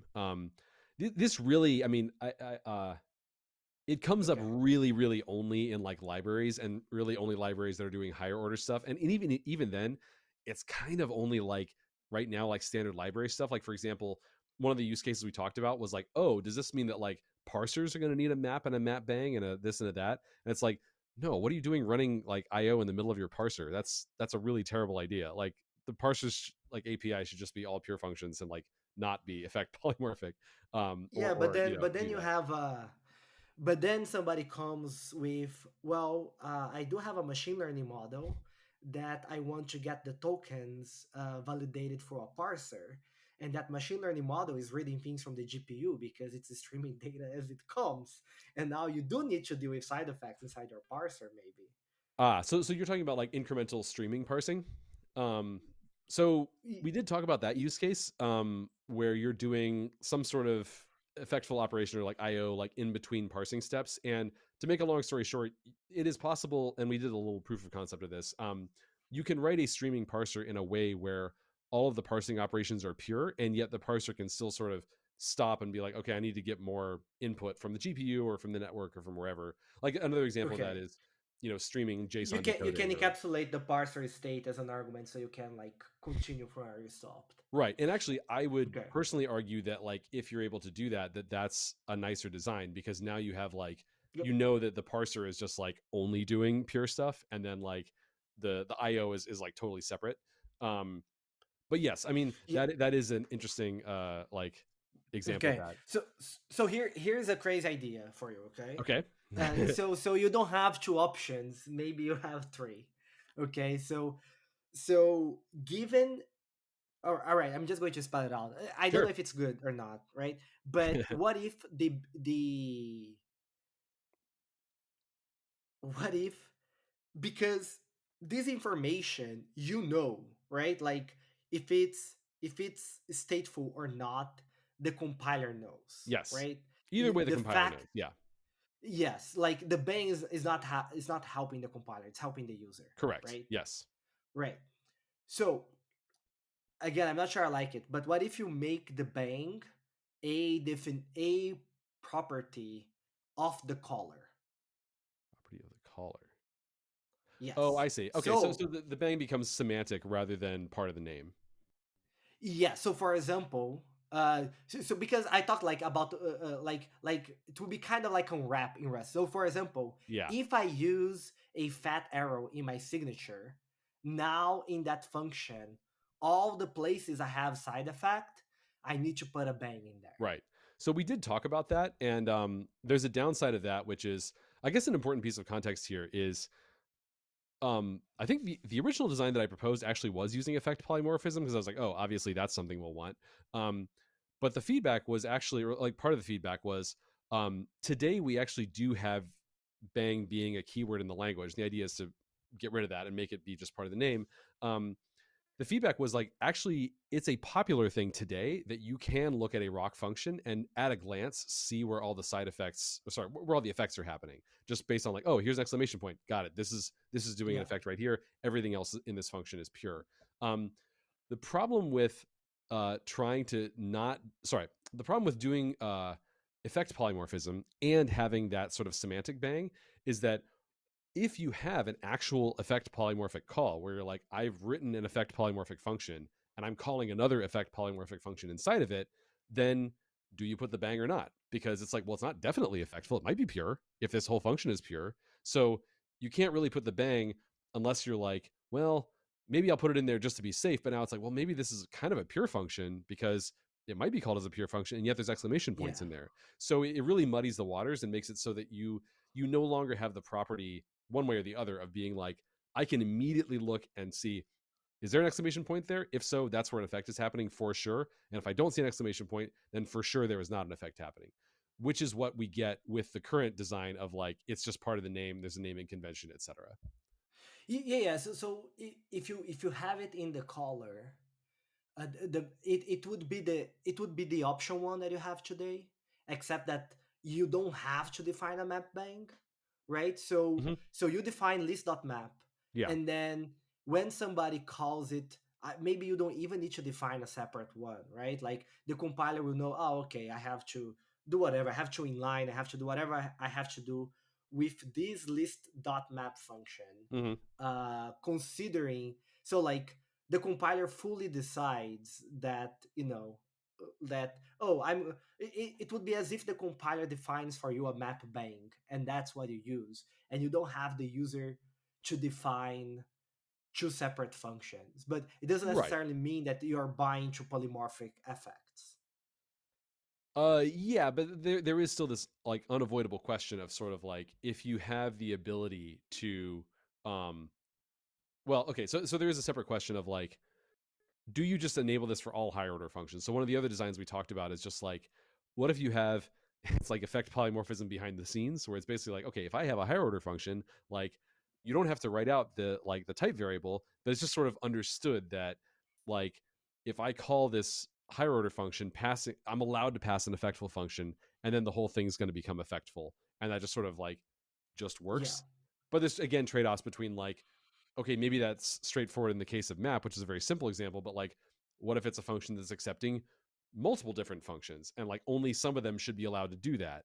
Like, does that still make sense? Or like, what if I actually want to say, Mm. like, this one needs to be pure because, for example, I'm planning on calling it repeatedly, potentially, and like caching the result. And it actually Oh, is like really okay. bad if it does effects. Yeah, yeah, Um, that's a good counter. Yeah, that's yeah. like, if the user has to, if the user wants, if the user has to explicitly say, like, oh, this is, yeah, yeah, okay, I get it. All Yeah. right. So it's I mean it's interesting because we don't really have prior art to draw on here other than languages with like full algebraic effects. Like I don't know of any languages that have this binary algebraic effect of like it's just pure or effectful and that's it.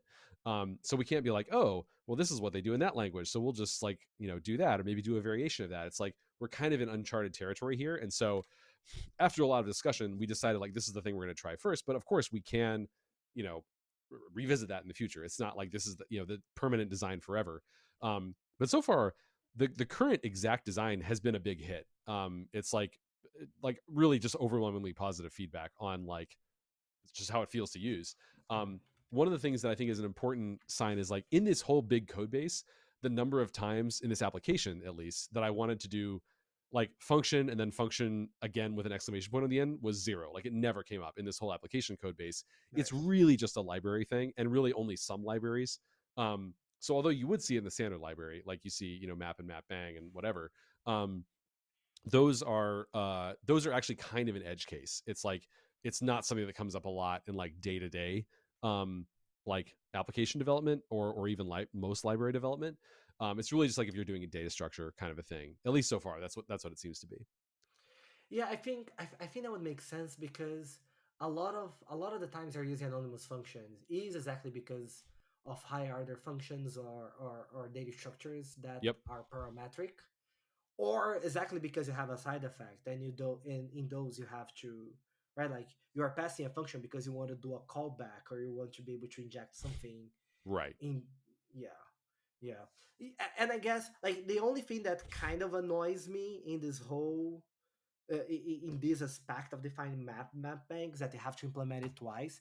But I guess in the worst case scenario you can define like some sort of like a construct like effectful map bang, and that automatically knows that it's like, oh, okay, I should define an effectful version Oh, of that's map, cute. Yeah, I didn't think of that.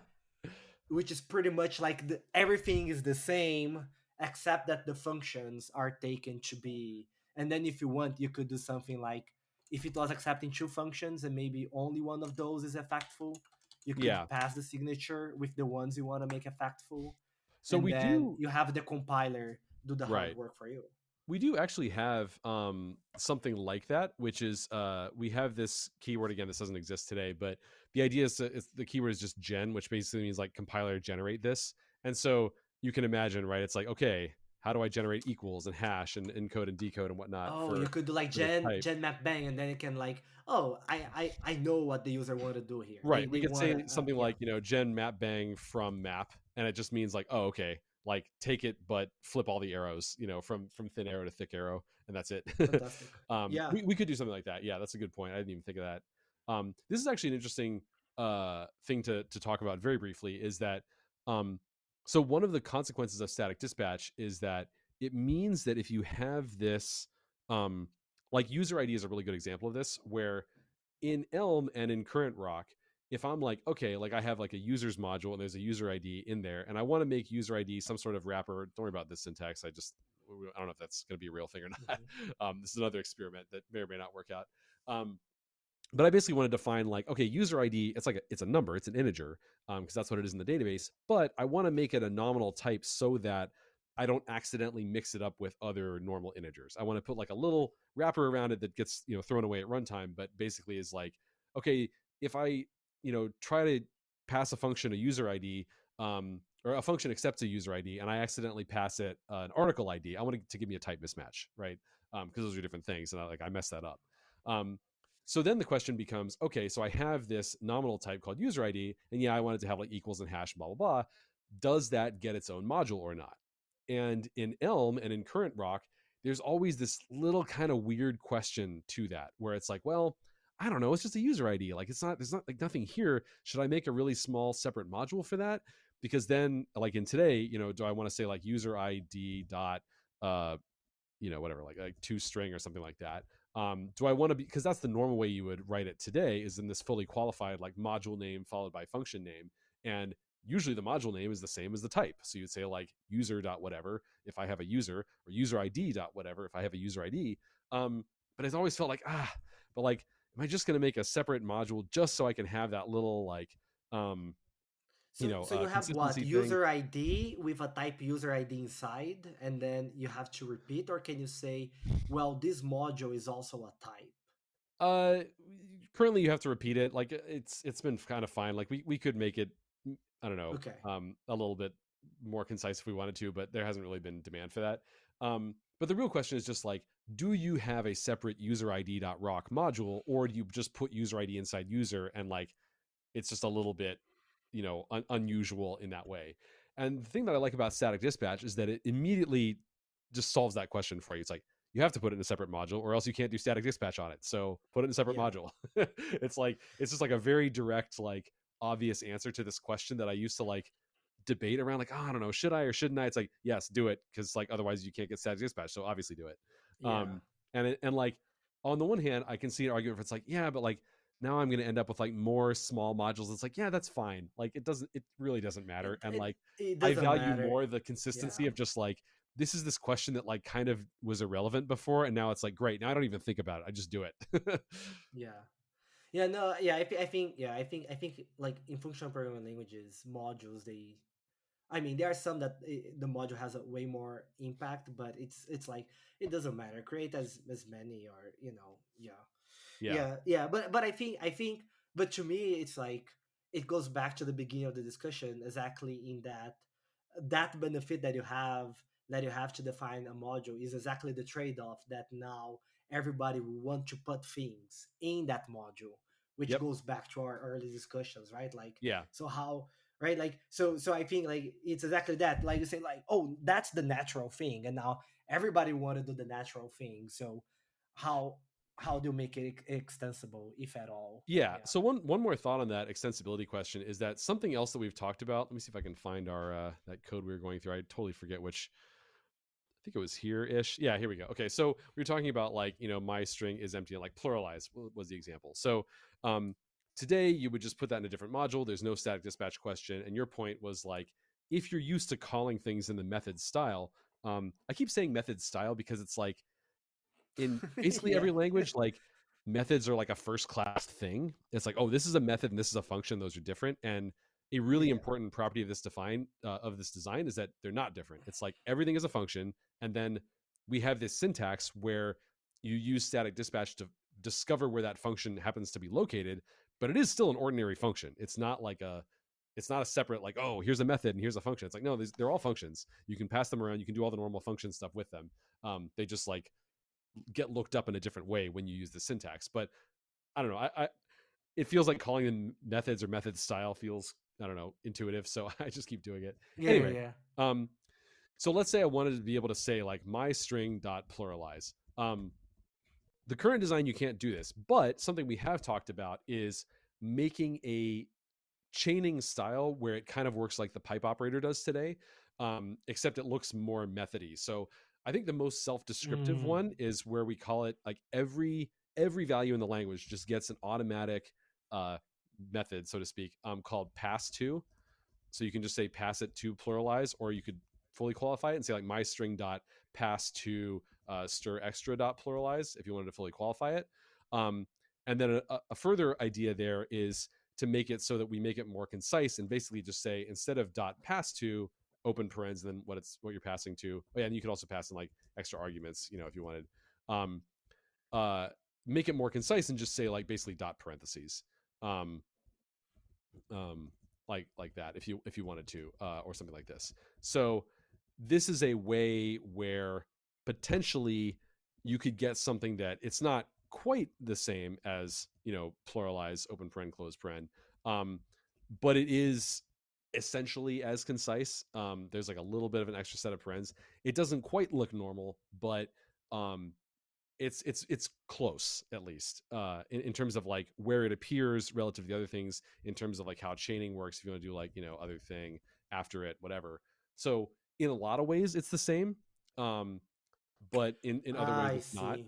I see. So there's again like the current thought is we're just like we're not going to do any of these right now. We're just going to kind of see how it Yeah. feels to use things if you don't have this, and just like keep in mind that all of these are potential directions we could go for those things. Now, Yeah. Yeah. things Yeah. that I like about this, one is that it's very low ceremony. If you're just like, I just wrote a helper function locally and I just want to like in the middle of a big chain, yeah, sure, yeah, you could use angle brackets. That's another idea. Um, but the whole point of all of this is just like um, it's a way that you can at the call site say I want to do something different, but you're still quite a ways off from like today with the current design. It's like you actually have to like pull it You end out. up mixing, and that's annoying. It That's is very right. annoying because yeah.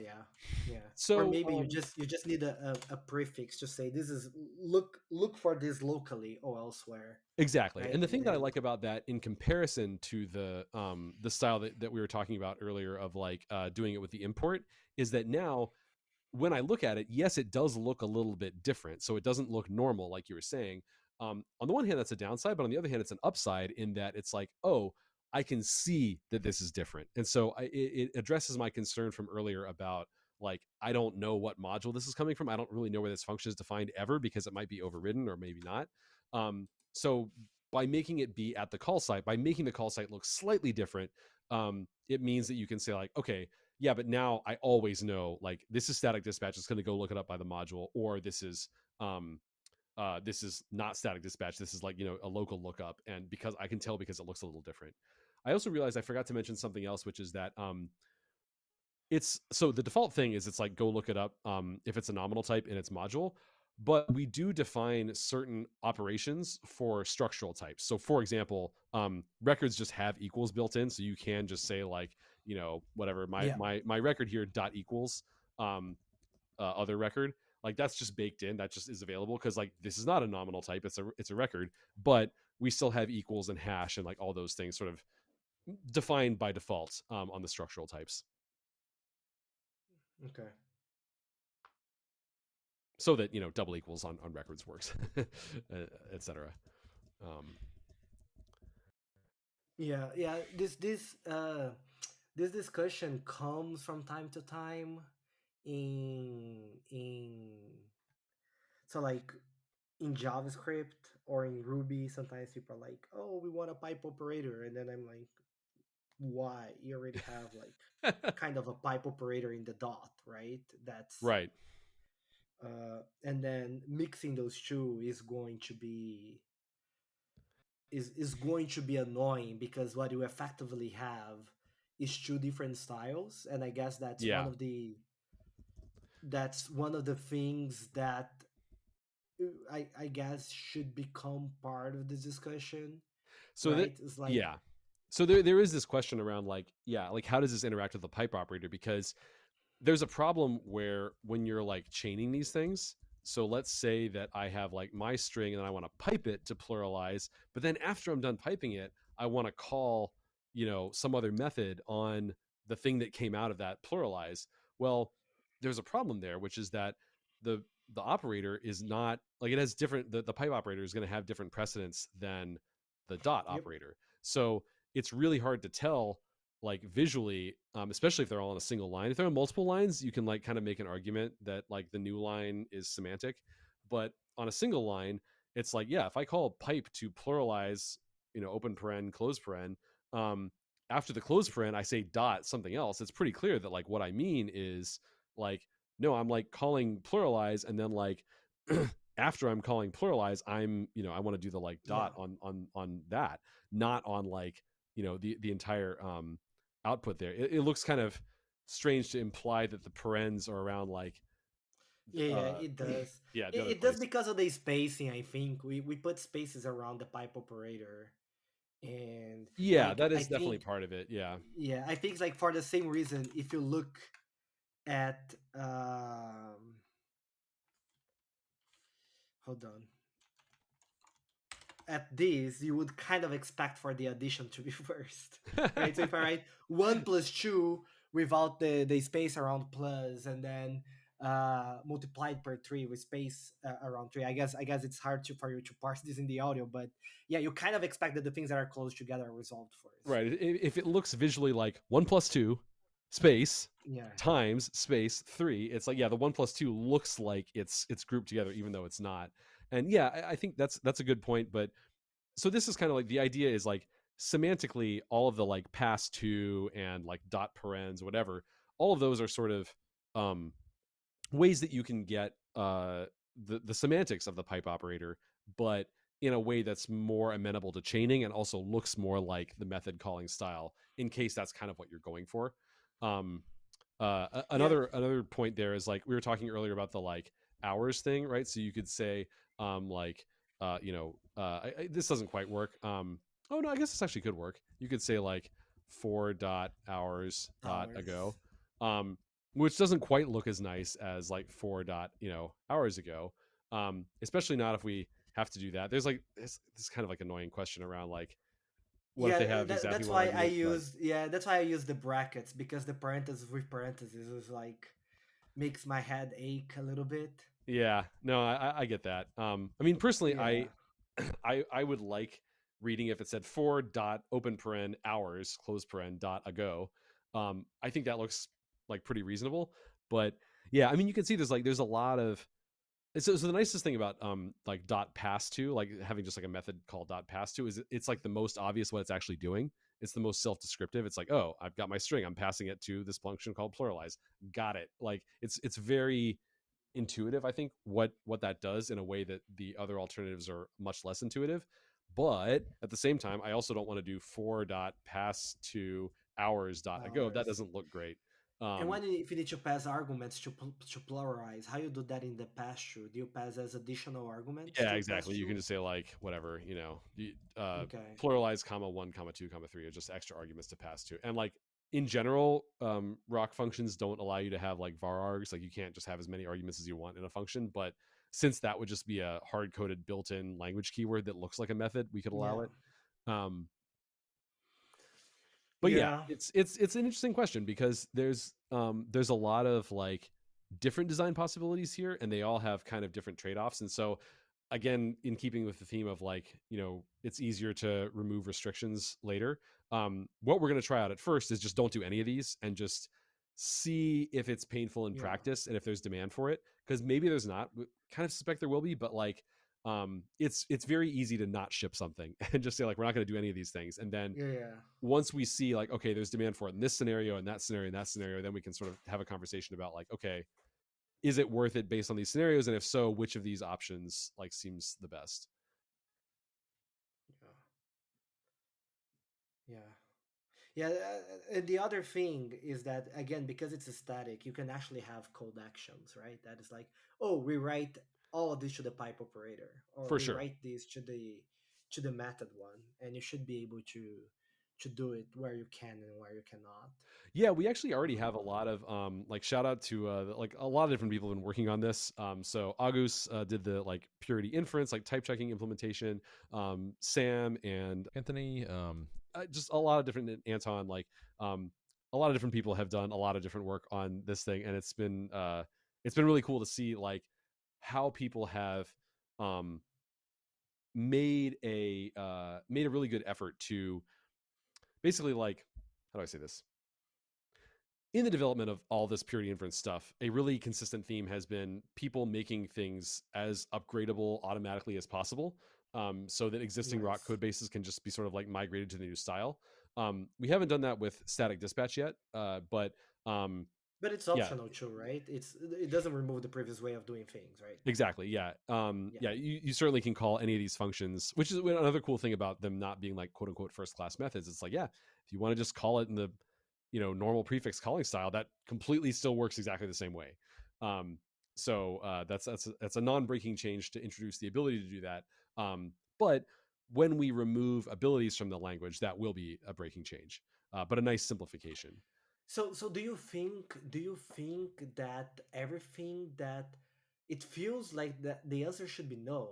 Like you cannot replace everything that abilities do with the static dispatch. That's a great question. So there are two things. Yes and no. So one thing that you cannot replace, which I see as a net benefit, is with abilities. You can do the thing that I was talking about earlier with the user ID, where you're like in the same module, I define multiple Yeah, yeah, custom yeah, nominal yeah. types. Again, I think it's like kind of a net benefit that you can't do that anymore. Um, the other one, though, which we haven't talked about, in part because I haven't really settled on a syntax for this yet. So one of the nicest things that you can do with abilities, and one of the coolest things, this is like, I don't know of any other language that has this, is that in Rock, you can say, like user equals, and I can do like http.get, my URL, and then I can say as a second argument, json.utf8. And what this does is actually, this would be a result.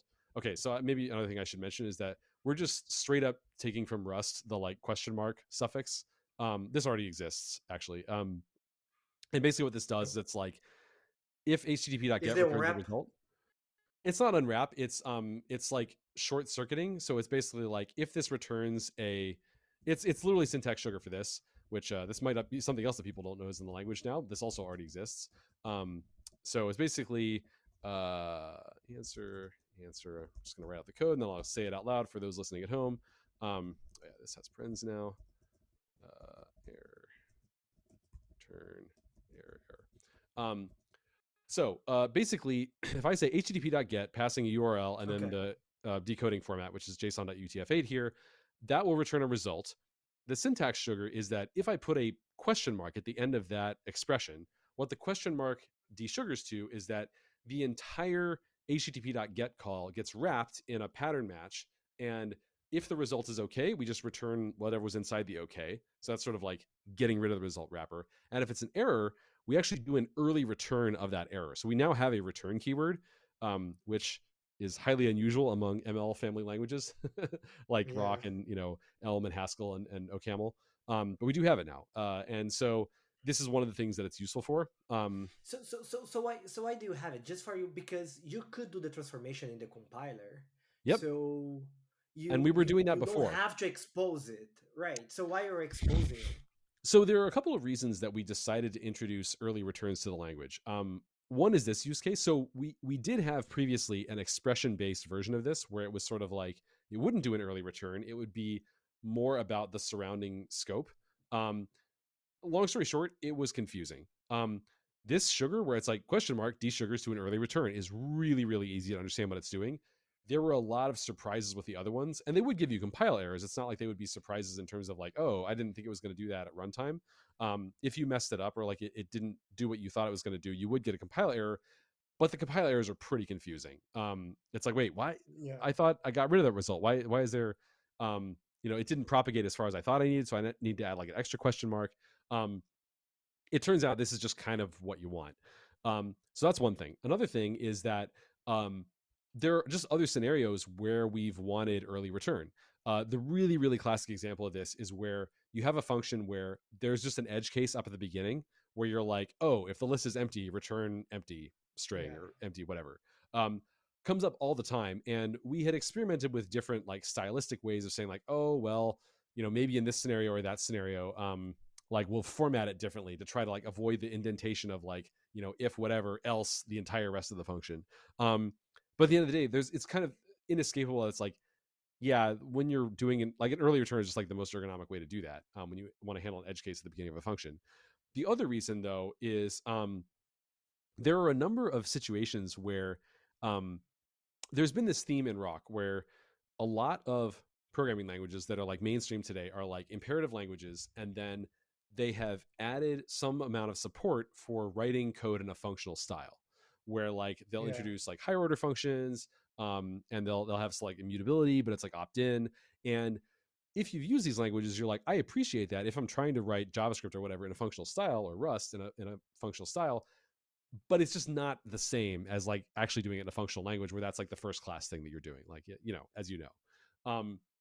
What we've been doing is we've been kind of doing the opposite or the reverse, where it's like we've been incrementally adding ways where if you want to write some of your rock code in an imperative style, you Yeah. can, but the experience is not going to be the same as in a language where you just have all of this like imperative stuff. So we're sort of trying to preserve the essence of like pure functions are pure, that's tracked in the type system, all the apis are based around immutable, like semantically immutable data structures, yada yada, all of that good stuff. But we are introducing stuff like return, and actually we're going to introduce in a future release for loops and local variables that you can modify outside the loop, without making it so that you have first class mutation. So you can't like use this. Basically, functions can still be pure and they can use a for loop inside of them and have a variable that changes outside the loop, but that can't cross function boundaries. So there's no like, we're not introducing like Oh mutation, man, like, yeah. but you can I've tried to get a feature like that so many times in Elixir, but it's very. I would love to see what you could, because I'm a big fan of for loops, and uh in Elixir because there is already because, and in Elixir we have protocols which are kind of abilities, and so they can kind of like dynamic languages in the sense that you can use them to traverse anything. They are like polymorphic, yeah, right? And I think you can do it with single dispatch as well, right? You're just going to the sugar to something, and I really like them, and I like in particular the aspect that you can use them to map, to filter, and do all kinds of stuff, right? yeah, But the problem with a for comprehension is that you cannot do a reduce, right? Because you cannot yep, mutate the variable outside you of the need the loop, variable, yeah, or yeah, and then you need to do the variable. But like part of the thing that we struggle with is exactly like, so Elixir code has this property, which early returns break, but we can talk about it. yeah. But Elixir code has this property where if I write this code, right? So if I have like this kind of assignment here, Let me even with follow you real quick. Okay, yeah. conditionals, yeah. So like if I get this code and I put it in and I extract that to a function, Hmm. and I know the variables that I access inside like the condition Yep, stuff or inside the case, whatever, I can refactor that, yep, right? And the issue with something like early return is that if I move the early return to a separate function, now I have to propagate the early return up. So yep, any kind of refactoring becomes more complex. And that's the same for our comprehension. So even if we go like with F sharp style syntax where you explicitly declare like a variable as mutable so you can mutate it inside the loop. It means that now if you are refactoring something inside the loop, yeah, inside the for comprehension, that thing that thing no longer works. So the only way to make like this refactoring not crazy is to use a sigil in the variable. But yep. every time we use a sigil in the variable, it's like, oh no, like now it looks like PHP or Bash. It's like whatever we tried, It's so or we funny. could try to do like, oh, we can like whatever special syntax that you add makes it feel so foreign that it's like, like we cannot Yep. get an agreement. Okay, this is really funny because Um, we literally talked about that. We talked about the sigil. We talked about all of this stuff. This is so funny. um, okay, so let's talk through. So this is the design we ended up with. Where was I? Yeah. So if you follow me in Zed, you can see where I am. This is a case yeah, where I didn't have the variables, but I'll introduce it. So a couple thoughts very briefly. So one of the thoughts here is that uh, we have a basic like concept of like there's lots of ways that you can write a different piece of code in a functional style or an imperative style. Um, Today, if I want to write something that's like, uh, a loop, like if I'm lucky, then it's like, oh, I just want to transform every aspect of this, sorry, every element of this list into another element. I can just do a map. That's great. That's like the best way to do that. Or maybe I want to do like a filter, or maybe I can put those two together and do like a filter and a map at the same time. And that's also, what I want. Great. There's lots of little helper functions like that, but there's other scenarios where it's like, okay, that's I need something more complicated than that, and that's where you get to like a reduce, or we call it walk, but whatever, reduce, fold, the same thing. yeah, And sometimes, though, you need something even fancier than that because you want to be able to end early. You don't want to walk over the entire data structure. You're like, well, I want to keep doing stuff until I hit a particular condition, and I'm done. I want to stop iterating. And so we have like a walk until, which like every iteration you have a little yeah, like yeah, yeah. you want to keep going or not, and that's fine too. And then sometimes you get all the way to you're like even that is not enough, and so you're finally like, okay, I want to just write a recursive function, and we have tail call optimization, so you can do that, and it'll optimize down to a loop. All that totally fine.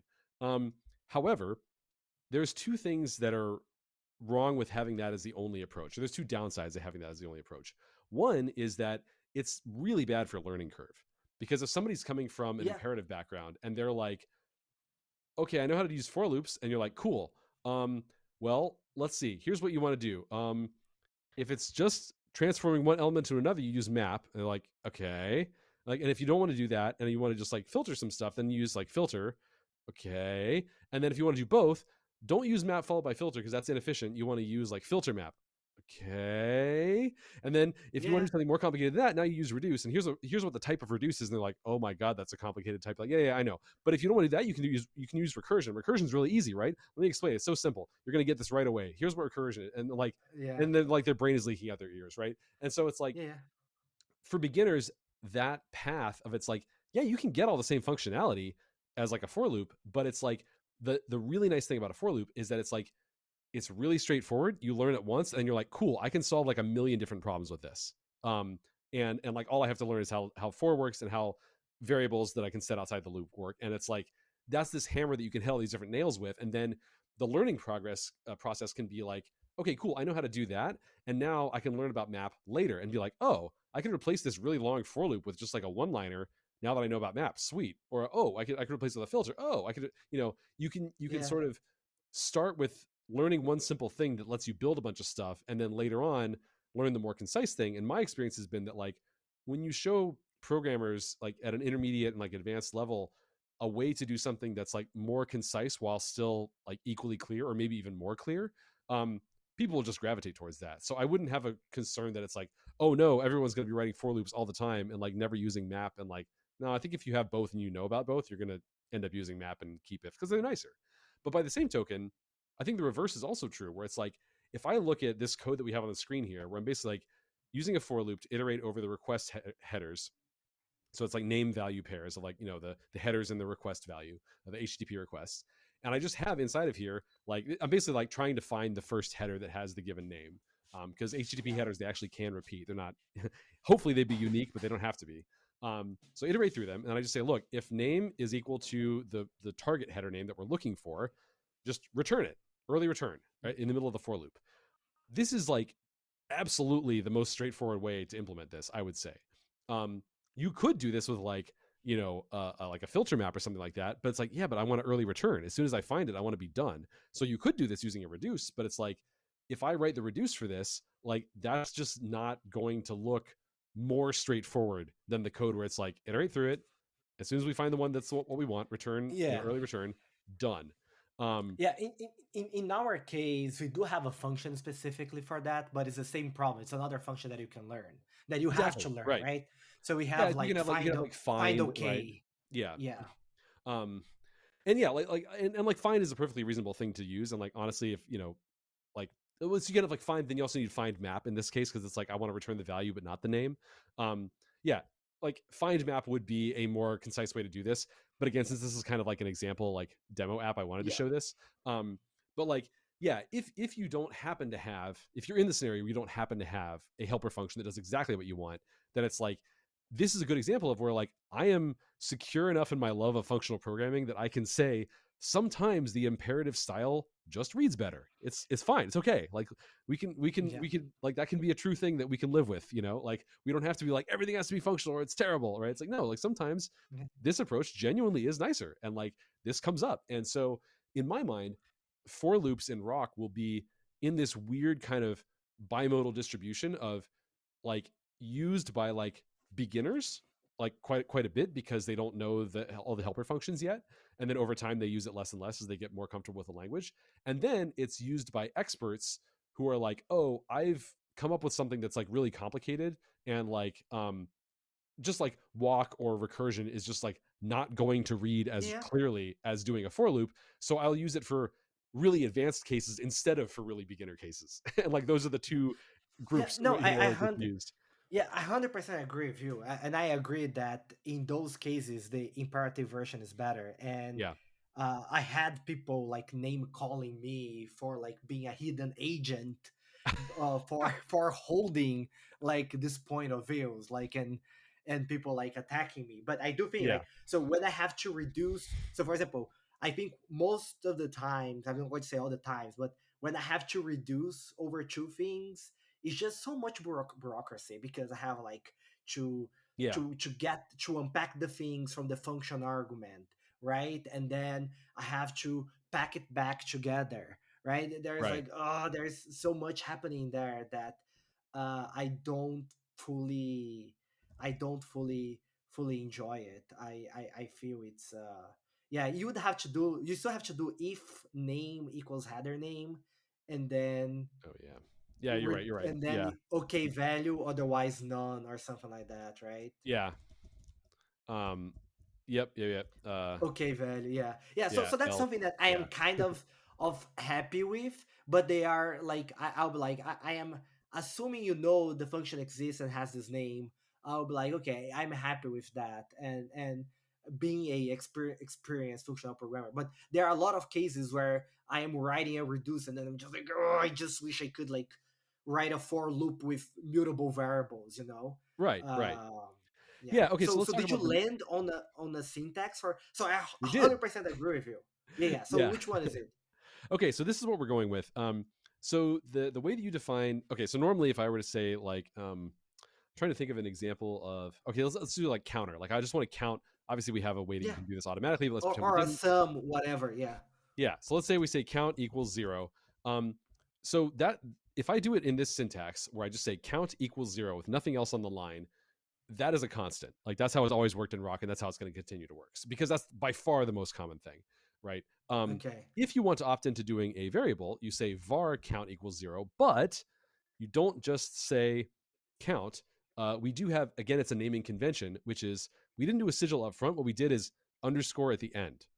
And so the idea is it does look a I little bit see. different. Yeah. The thinking is that we already have a convention of if you do an underscore prefix, it's like this is for like an argument that's not used. So if header name was like an unused argument for whatever reason, I could put an underscore prefix saying like, hey, I'm not like going to Yeah, use yeah, this in yeah. the body of the function, but I still want to name it so I like remember what it was for, even though I'm ignoring it. So the idea is that underscore at the front means unused and underscore at the end means reused. So um, so what I can do Oh, here is that in the okay. middle of this, I can now just say like count underscore in the for loop, count underscore equals count underscore plus one. And basically it's just like, yeah, I'm like reassigning this thing. Yeah, Now, yeah, yeah, yeah. an important thing here is that the reason we didn't use the term like mutable for this is that I can do this reassignment, but that's all I can do. Like I cannot, like if I had like a dictionary here, I can't be like, oh, let's go in and mutate the dictionary. Like it's like, no, no, no. You would still need Yeah, like yeah, yeah, yeah, yeah. dictionary equals whatever dix.empty. It's the same. Yeah, exactly the same we explored in Elixir. But Yeah. then we have an example. I'm going to send it to you later. Okay. We do have an example where it's like that. I feel like that what you have right now is my favorite. It's the favorite proposal, Hmm. but like try doing examples with map and reduce. So like for example, Oh, you just can't. in Like so this doesn't cross function boundaries. Like if you when I no, do no, this no, no, var. no. Oh. I mean, sorry. Imagine that you want the for to do a map reduce, because in that case you are. So imagine, for example, imagine the example that you have a list of employees, Mhm. and you want to do in one pass. You want to increase their salaries by 10% and return the previous cost and the new cost in one pass. Okay, so Okay. you would need either three variables, and then you build the list using Yep. the mutable approaches and reverse at the end if your lists are linked lists, or you need to do, or you still keep the property of the for, because is your for an expression? Does it return a list with the No, values that, or it doesn't? it doesn't. Oh, so that changes things. Okay. Yeah, so this is just a statement. It's Oh, just like this is yeah. like Okay. straight up C style, like Okay. just I do it. Yeah. see. So in Elixir, okay, so this is interesting. This is interesting because it changes things. In Elixir, our four are comprehensions. Okay. Yeah. So they return the value of the loop, but if we know that the value of that for comprehension is not used, then we don't bother computing the list, Right. right? So we can actually use our for to build things like flat map, filter, and all those things without having mutable, between air quotes here, variables, Yeah, right? So that's something that we can do, and then we want to augment that with the mutable thing, right? I So see. it's interesting. Your case. Okay, I have to think more about this then, Yeah, because so I the reason that we're not having it be like a comprehension style is that my feeling is that what this is for is oh, pun intended, I guess. The reason that we're yeah, adding it to the language is for the case where you're like, I couldn't just do a map or a, or whatever, or like I could, but it would be really, really complicated to try to do it with like a reducer, type thing. So the idea is that like if you're reaching for this as an expert user, the reason you're reaching for this is that like you want to do some sort of state changes outside the loop that would be really cumbersome to try to do with like a reduce or with recursion, in comparison to doing it in like a for loop style. And so we're not going to build anything up for you. We're like, this is you want something custom, so you're going to build it up yourself. um, and then the other thing is like for beginners, it's like, yeah, maybe it's less convenient than a comprehension, but we want beginners to reach for the functions rather than for for loops. And like we want it like we want to make an obvious incentive where it's like you're not always asking yourself like, should I use a for loop here or should I use the other thing? It's like, well, yeah, I mean, obviously like the other thing is more concise, so just reach for and like no less yeah, clear, so just reach for that if it's if you know what it is and it's available. yeah. But my gut feeling is kind of saying that if you make the for if you make the for like a comprehension, then and unless you use mutable variables, the whole thing is pure, then you would also remove a lot of their stigma from the functional developers as well, right? Because it's like, Yeah. oh, it's just a flat map. That's what they are, right? It's a flat map, right? If you allow multiple generators, right, which Right, you comprehensions could usually you do. could make it work that way, yeah.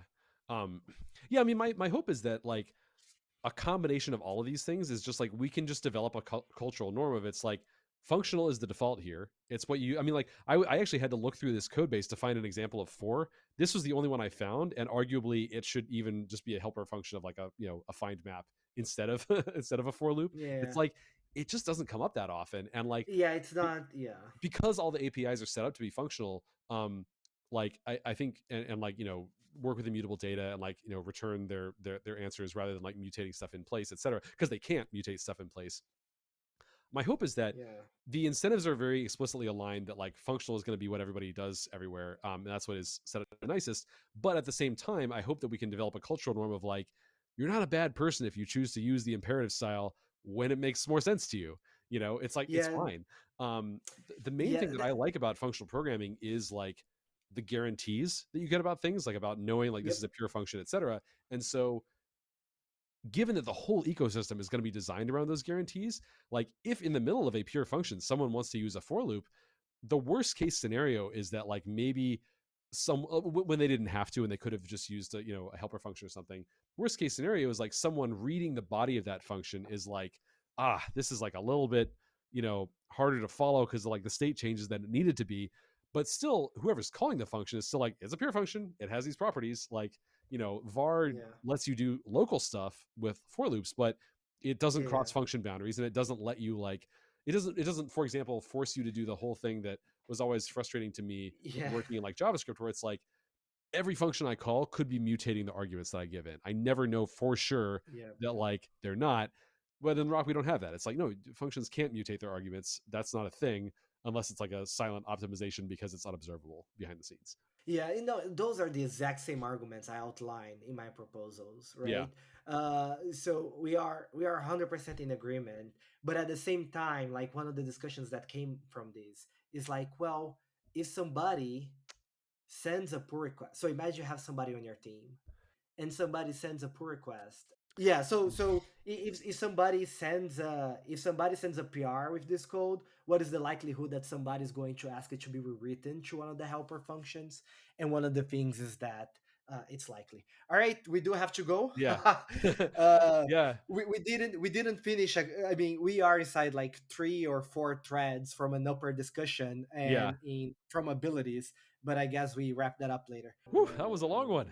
I hope you really liked it. And also, if you did like it, I would really appreciate it if you could share it around with people, because we don't do any advertising here. The only way that people find out about Software Unscripted episodes is by word of mouth. Also, I want to give another thank you to everyone who's been supporting the show on Patreon. If you'd also like to become a supporter, we are at patreon.com/softwareunscripted. Thanks again. And if you want to check out any of the links to the things that Jose and I talked about, you can check them out in the description. Thanks so much, and I'll see you next time.